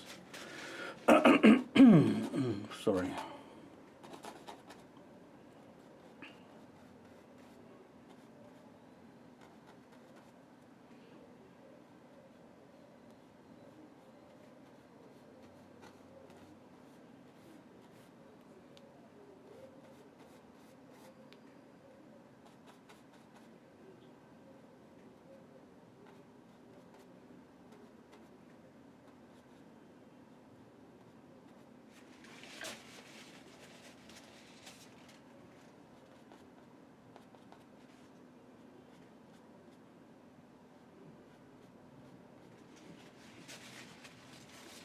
Okay, I think that's enough for the hair. I mean, I'm not done yet, but for now, adding just black.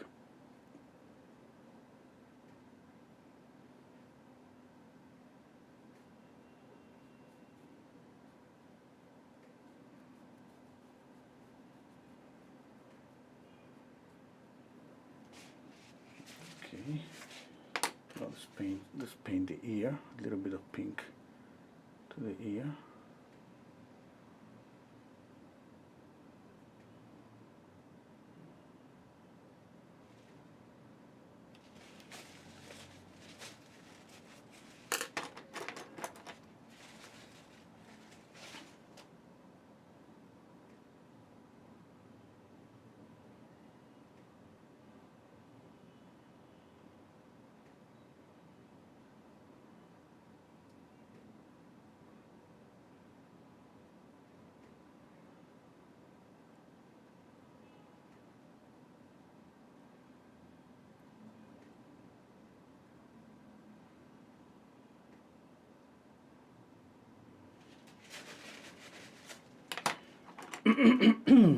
Sorry.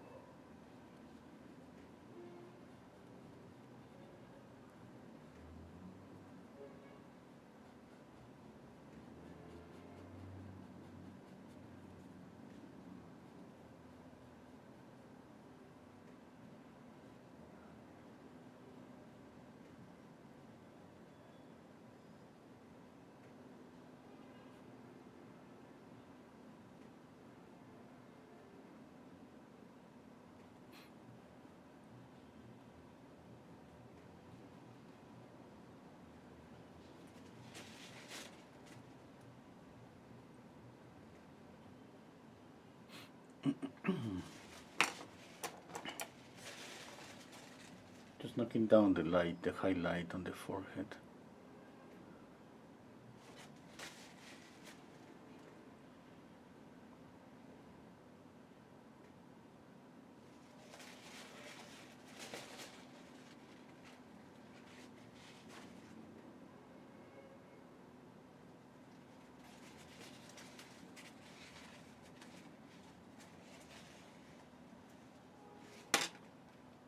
Okay, let's see some comments. Hello, Arabi. Michael is asking me, have you ever done a self-portrait? Not yet. Okay.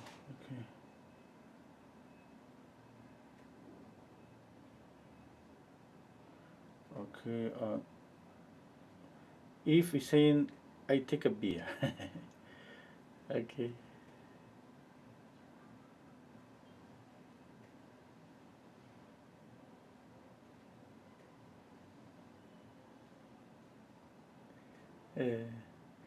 Okay.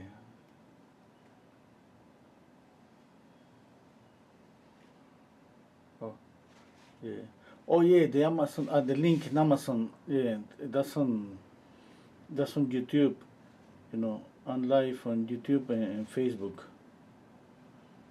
They're more like makeup brushes. Yeah, yeah. They're pretty soft. Yeah. At the beginning, I started with this just bristle brushes. I got these bristle brushes like a set of 6 for $2. You know, I got some the bristle brushes I have. I keep them for blending, or maybe some small areas maybe on the portrait, but mostly I just use. I mean, buy the brushes you want. Yeah, I think that's gonna be very option because I'm not recommending any material that I use. Sometimes I use what I have at hand, and I gotta say that not some of them are not the best example. I think that we gotta get the best tools, possible tools for painting. But instead of being so worried about brushes, I mean, I'm speaking about myself. I decided once to be more worried about the canvases. Okay, the canvas makes a difference more than anything,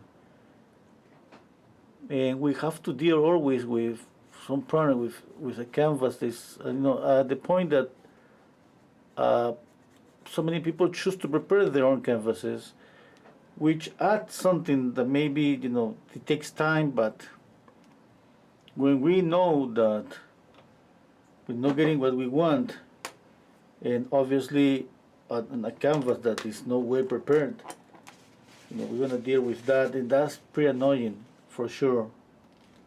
Okay, I would say put the money on canvases more, maybe more than brushes. Yeah. But obviously it depends. It's up to anyone. It's up to anyone. you know, there are so many brushes out there that I have seen so many painters using, and they look pretty amazing. And yeah, that's just, it's up to anyone. You know, no matter what we use, we basically pay attention to the same things. You know, when I speak about medium, about speak about values, I speak about ages, that doesn't change. You know, yeah. I mean, it doesn't matter what material you use. Color theory applies for all of them. Color theory, for example, is not just for oil paint; it's for watercolor, for pencils, for anything. Yeah.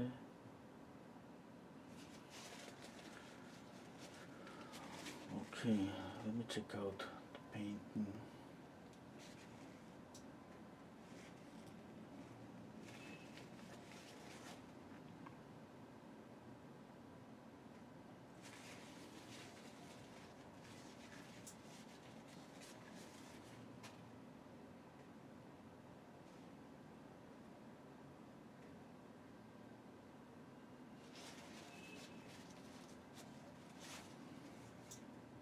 Okay, I think it's getting good enough. For example, here I'm choosing to have a little bit of a sharp edge here, then lost, then a little bit sharp again. On the mandible, this is sharp. Basically, it's sharp all the mandible. It's because I want the chin just to pop forward.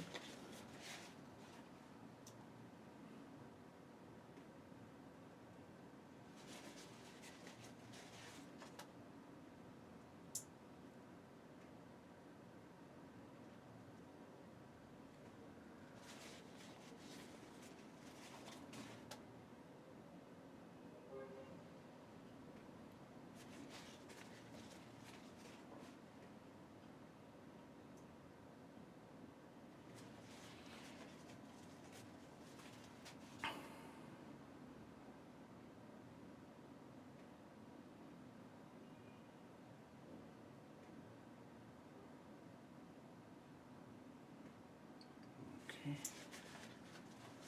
What else?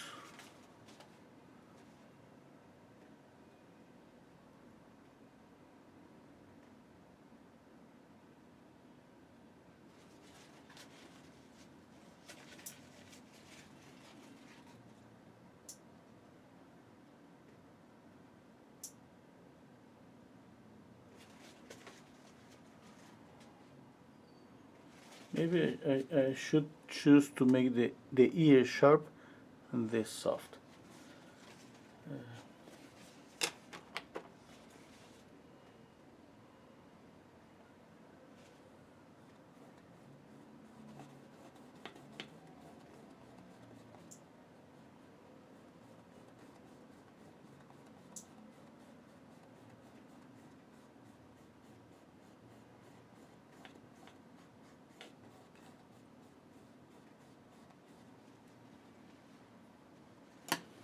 Okay. Let me check out if I'm missing something.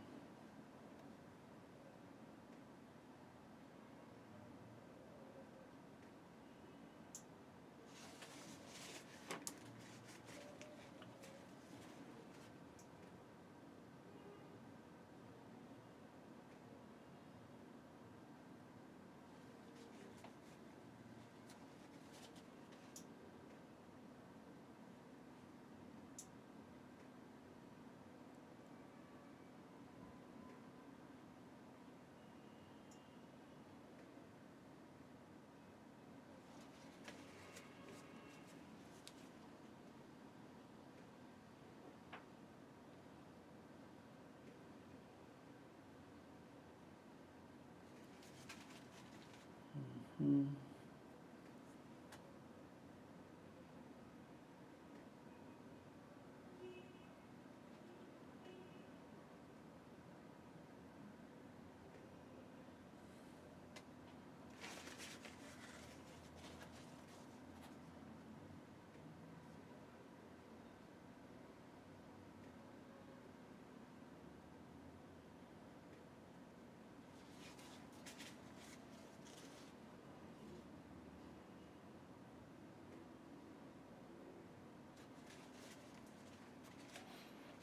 Okay, what else? And right now I'm just trying to keep the balance between edges.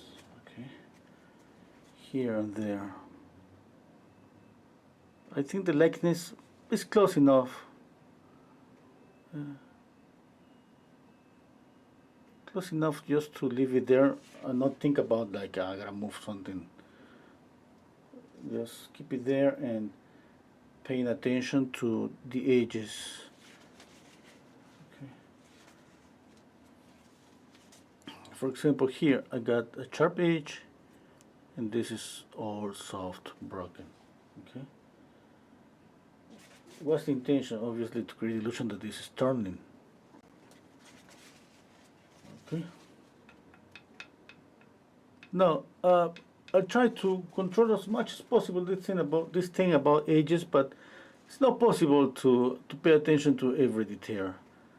So many happy accidents happens on the painting, and sometimes I got some, balance between edges that are just maybe not so good, and that I didn't even just realize about that.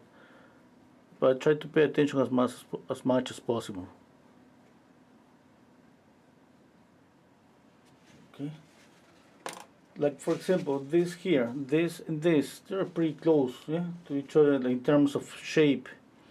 I think that kind of frame the face, the same light here and light here, that's not too bright, it does the same. It kind of frame the same and keep the attention on this in the center of the face. Okay, now I'm not saying that it wouldn't work if I just soften here, for example. Yeah. Or maybe make all this blurry, since I got the ear that's sharp. I can make all this blurry, or just choose a different, let's say, balance between edges. Like here, just I can keep it here. Clear is blurry, sharp, blurry again. Okay, remember that this adds some kind of movement, that adds this subtle thing that I think kind of complete the painting. It does in every painting that we paint, but the thing is about controlling that. Okay. Now, it's everything that I say is optional. Obviously, it's not that if you can apply all of that to one portrait, to every portrait. That's perfect. Maybe one of the portraits you want to paint that's going to be closer to being so expressive, crazy brush strokes, bold brush strokes, another painting with really tight details. Yep, that's up to anyone. Okay, I think, oh, thank you, Nikki. Yeah. Okay. Oh, yeah. Okay. Oh, okay. When you paint, should you use the same drying speed paints? For example, I have noticed that burnt umber dries quicker than most of them. Yeah, it dries quicker. Yeah, but not too quick for me. That would be for maybe to thinking about just letting the painting dry, add a second layer. Yeah, but here I have noticed that a few times when I'm painting with my patrons after 4 hours, 5 hours, and I go back to an area where I have painted just with pure raw umber, and I can tell that it feels sticky. It feels like it's about to dry. Yeah. But it's something that it doesn't bother me like to the point, oh, it dries faster. No, I don't use it on purpose to make everything dry. No, there are so many oil paints different. I think there are no oil paints that is called alkyd. They dry really fast. Yeah. But no, I just love the oil paint dry slowly, and as I have the possibility to play with this with this thing about, you know, adding more paint, and molding the portrait, and be just patient about adding more paint, molding again, soften an edge, sharpen edge, and all of those things that I keep saying here. Okay, I think that would be for today. Oh, Intesar is saying you requested now. I'm going to sleep here. It's 2 a.m. Okay. Okay, thank you so much. Oh, okay, a question here. Anna is saying I have done 3-4 portraits. People like me, like myself, not confident, have to paint them more. Yeah, I mean, this is about practice. I think Anna is trying to say that he needs more confidence about painting portraits. That comes from practice. And obviously, you know, a lot of the things that I explained that I'm trying to get here. Oh my God! I didn't add any highlight on the eyes. I just did it a little bit. You know, I need more.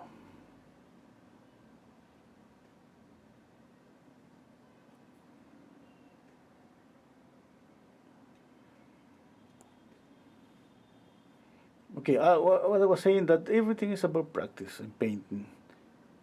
You know, and you know, but nothing more. You know, practice, and obviously practice following some technique, some kind of, let's say, recipe. Doesn't exist recipes on painting, but we can kind of end up with something that, in terms of that, we can repeat. Let's say not a recipe, but sort of a recipe, in terms that we can just repeat the same process again and again, again and again. You know, and that's better. I think that's everybody's gonna get better results by doing that, and not trying to approach every painting in a different way. Okay, now you see most of the portrait of the things that add beauty to a painting portrait happens kind of to kind of 60, when you got the portrait at the 60-70% of the process. From there, you know, it's kind of you start thinking about ages and all of those things, and making retouches, and just trying to see the beauty on the portrait. The very beginning, for me, it should be very, I don't know how to put it, but like, pay attention to all of those things about measuring, you know, comparing. And I gotta say that, you know, for me, it's kind of every tool is allowed, like from a proportional divider, using just a brush or pencil and measure. Okay, yeah, but that's my opinion. Okay, I mean, I'm not saying that the goal of every painter at the end is just painting by eye. Yeah, of course. But in the process of learning, we kind of find a way to balance things out. Like one day, just trace the drawing. In that way, you're not gonna be distracted by maybe the nose or the eye or something that's happening, and you're gonna pay attention to values and color. Okay, maybe at the end of that painting, you're gonna notice that the nose has moved. It doesn't matter. You know, the thing is that you kind of relax on that aspect. In another portrait, you start with the drawing and everything, like the way I do in here. But I gotta say that when you do that, you cannot pay attention to everything at once, drawing and painting. But for practicing, try to just balance things out. Okay, I could say paint a portrait by eye, and the next portrait just trace it, or use anything in paint, just more relaxed. You know, pay attention to values, color, edges. No drawing, but obviously the drawing is gonna be more like, let's say, steady, in terms that it's not gonna move that much when you apply brush stroke after brush stroke. Okay, that's it for today. Let me check out the highlights on the eyes. Okay. Okay, they don't look natural, huh? Especially this one. I'll try to pick it up, this one. You know what happens that this eye is basically a shadow. If there is a highlight there, it's gotta be pretty subtle. Both eyes are basically in shadow, because the light is coming from up.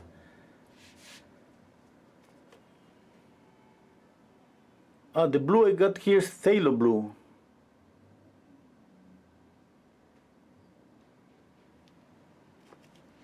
Okay.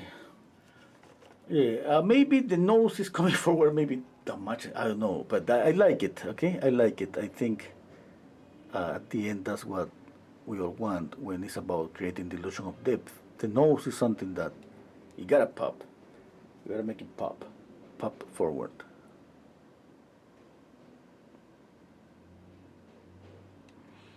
Thank you so much, everybody, for being here, and see you all next week. Don't forget to please like the video if you like it, obviously. And there is an option to join the membership on YouTube you can be a member of my YouTube channel and get access to some recorded lessons. Okay? Yeah. Well, thank you, Nikki.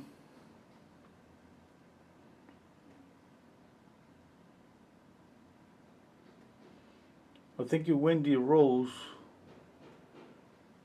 Thank you, Ben. Thank you, Wendy Nutar. I'm just scrolling the comments. Thank you, Anna.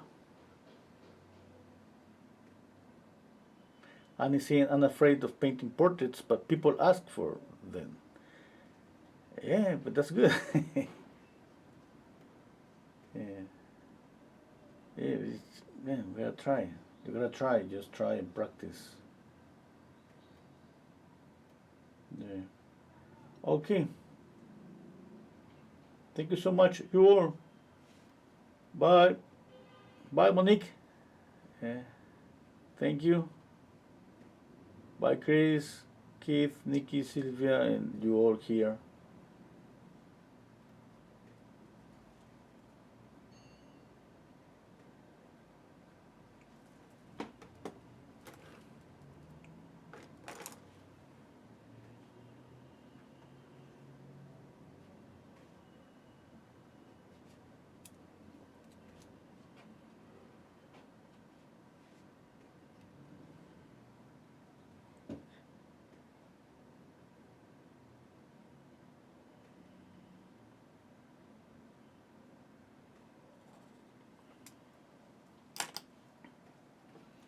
Okay.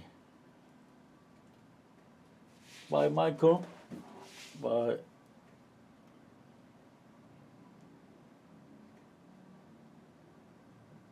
Bye, Niti. Bye, Mohammed. Oh, my channel is the same that is in Facebook, Renzo Art. Okay, gotta go.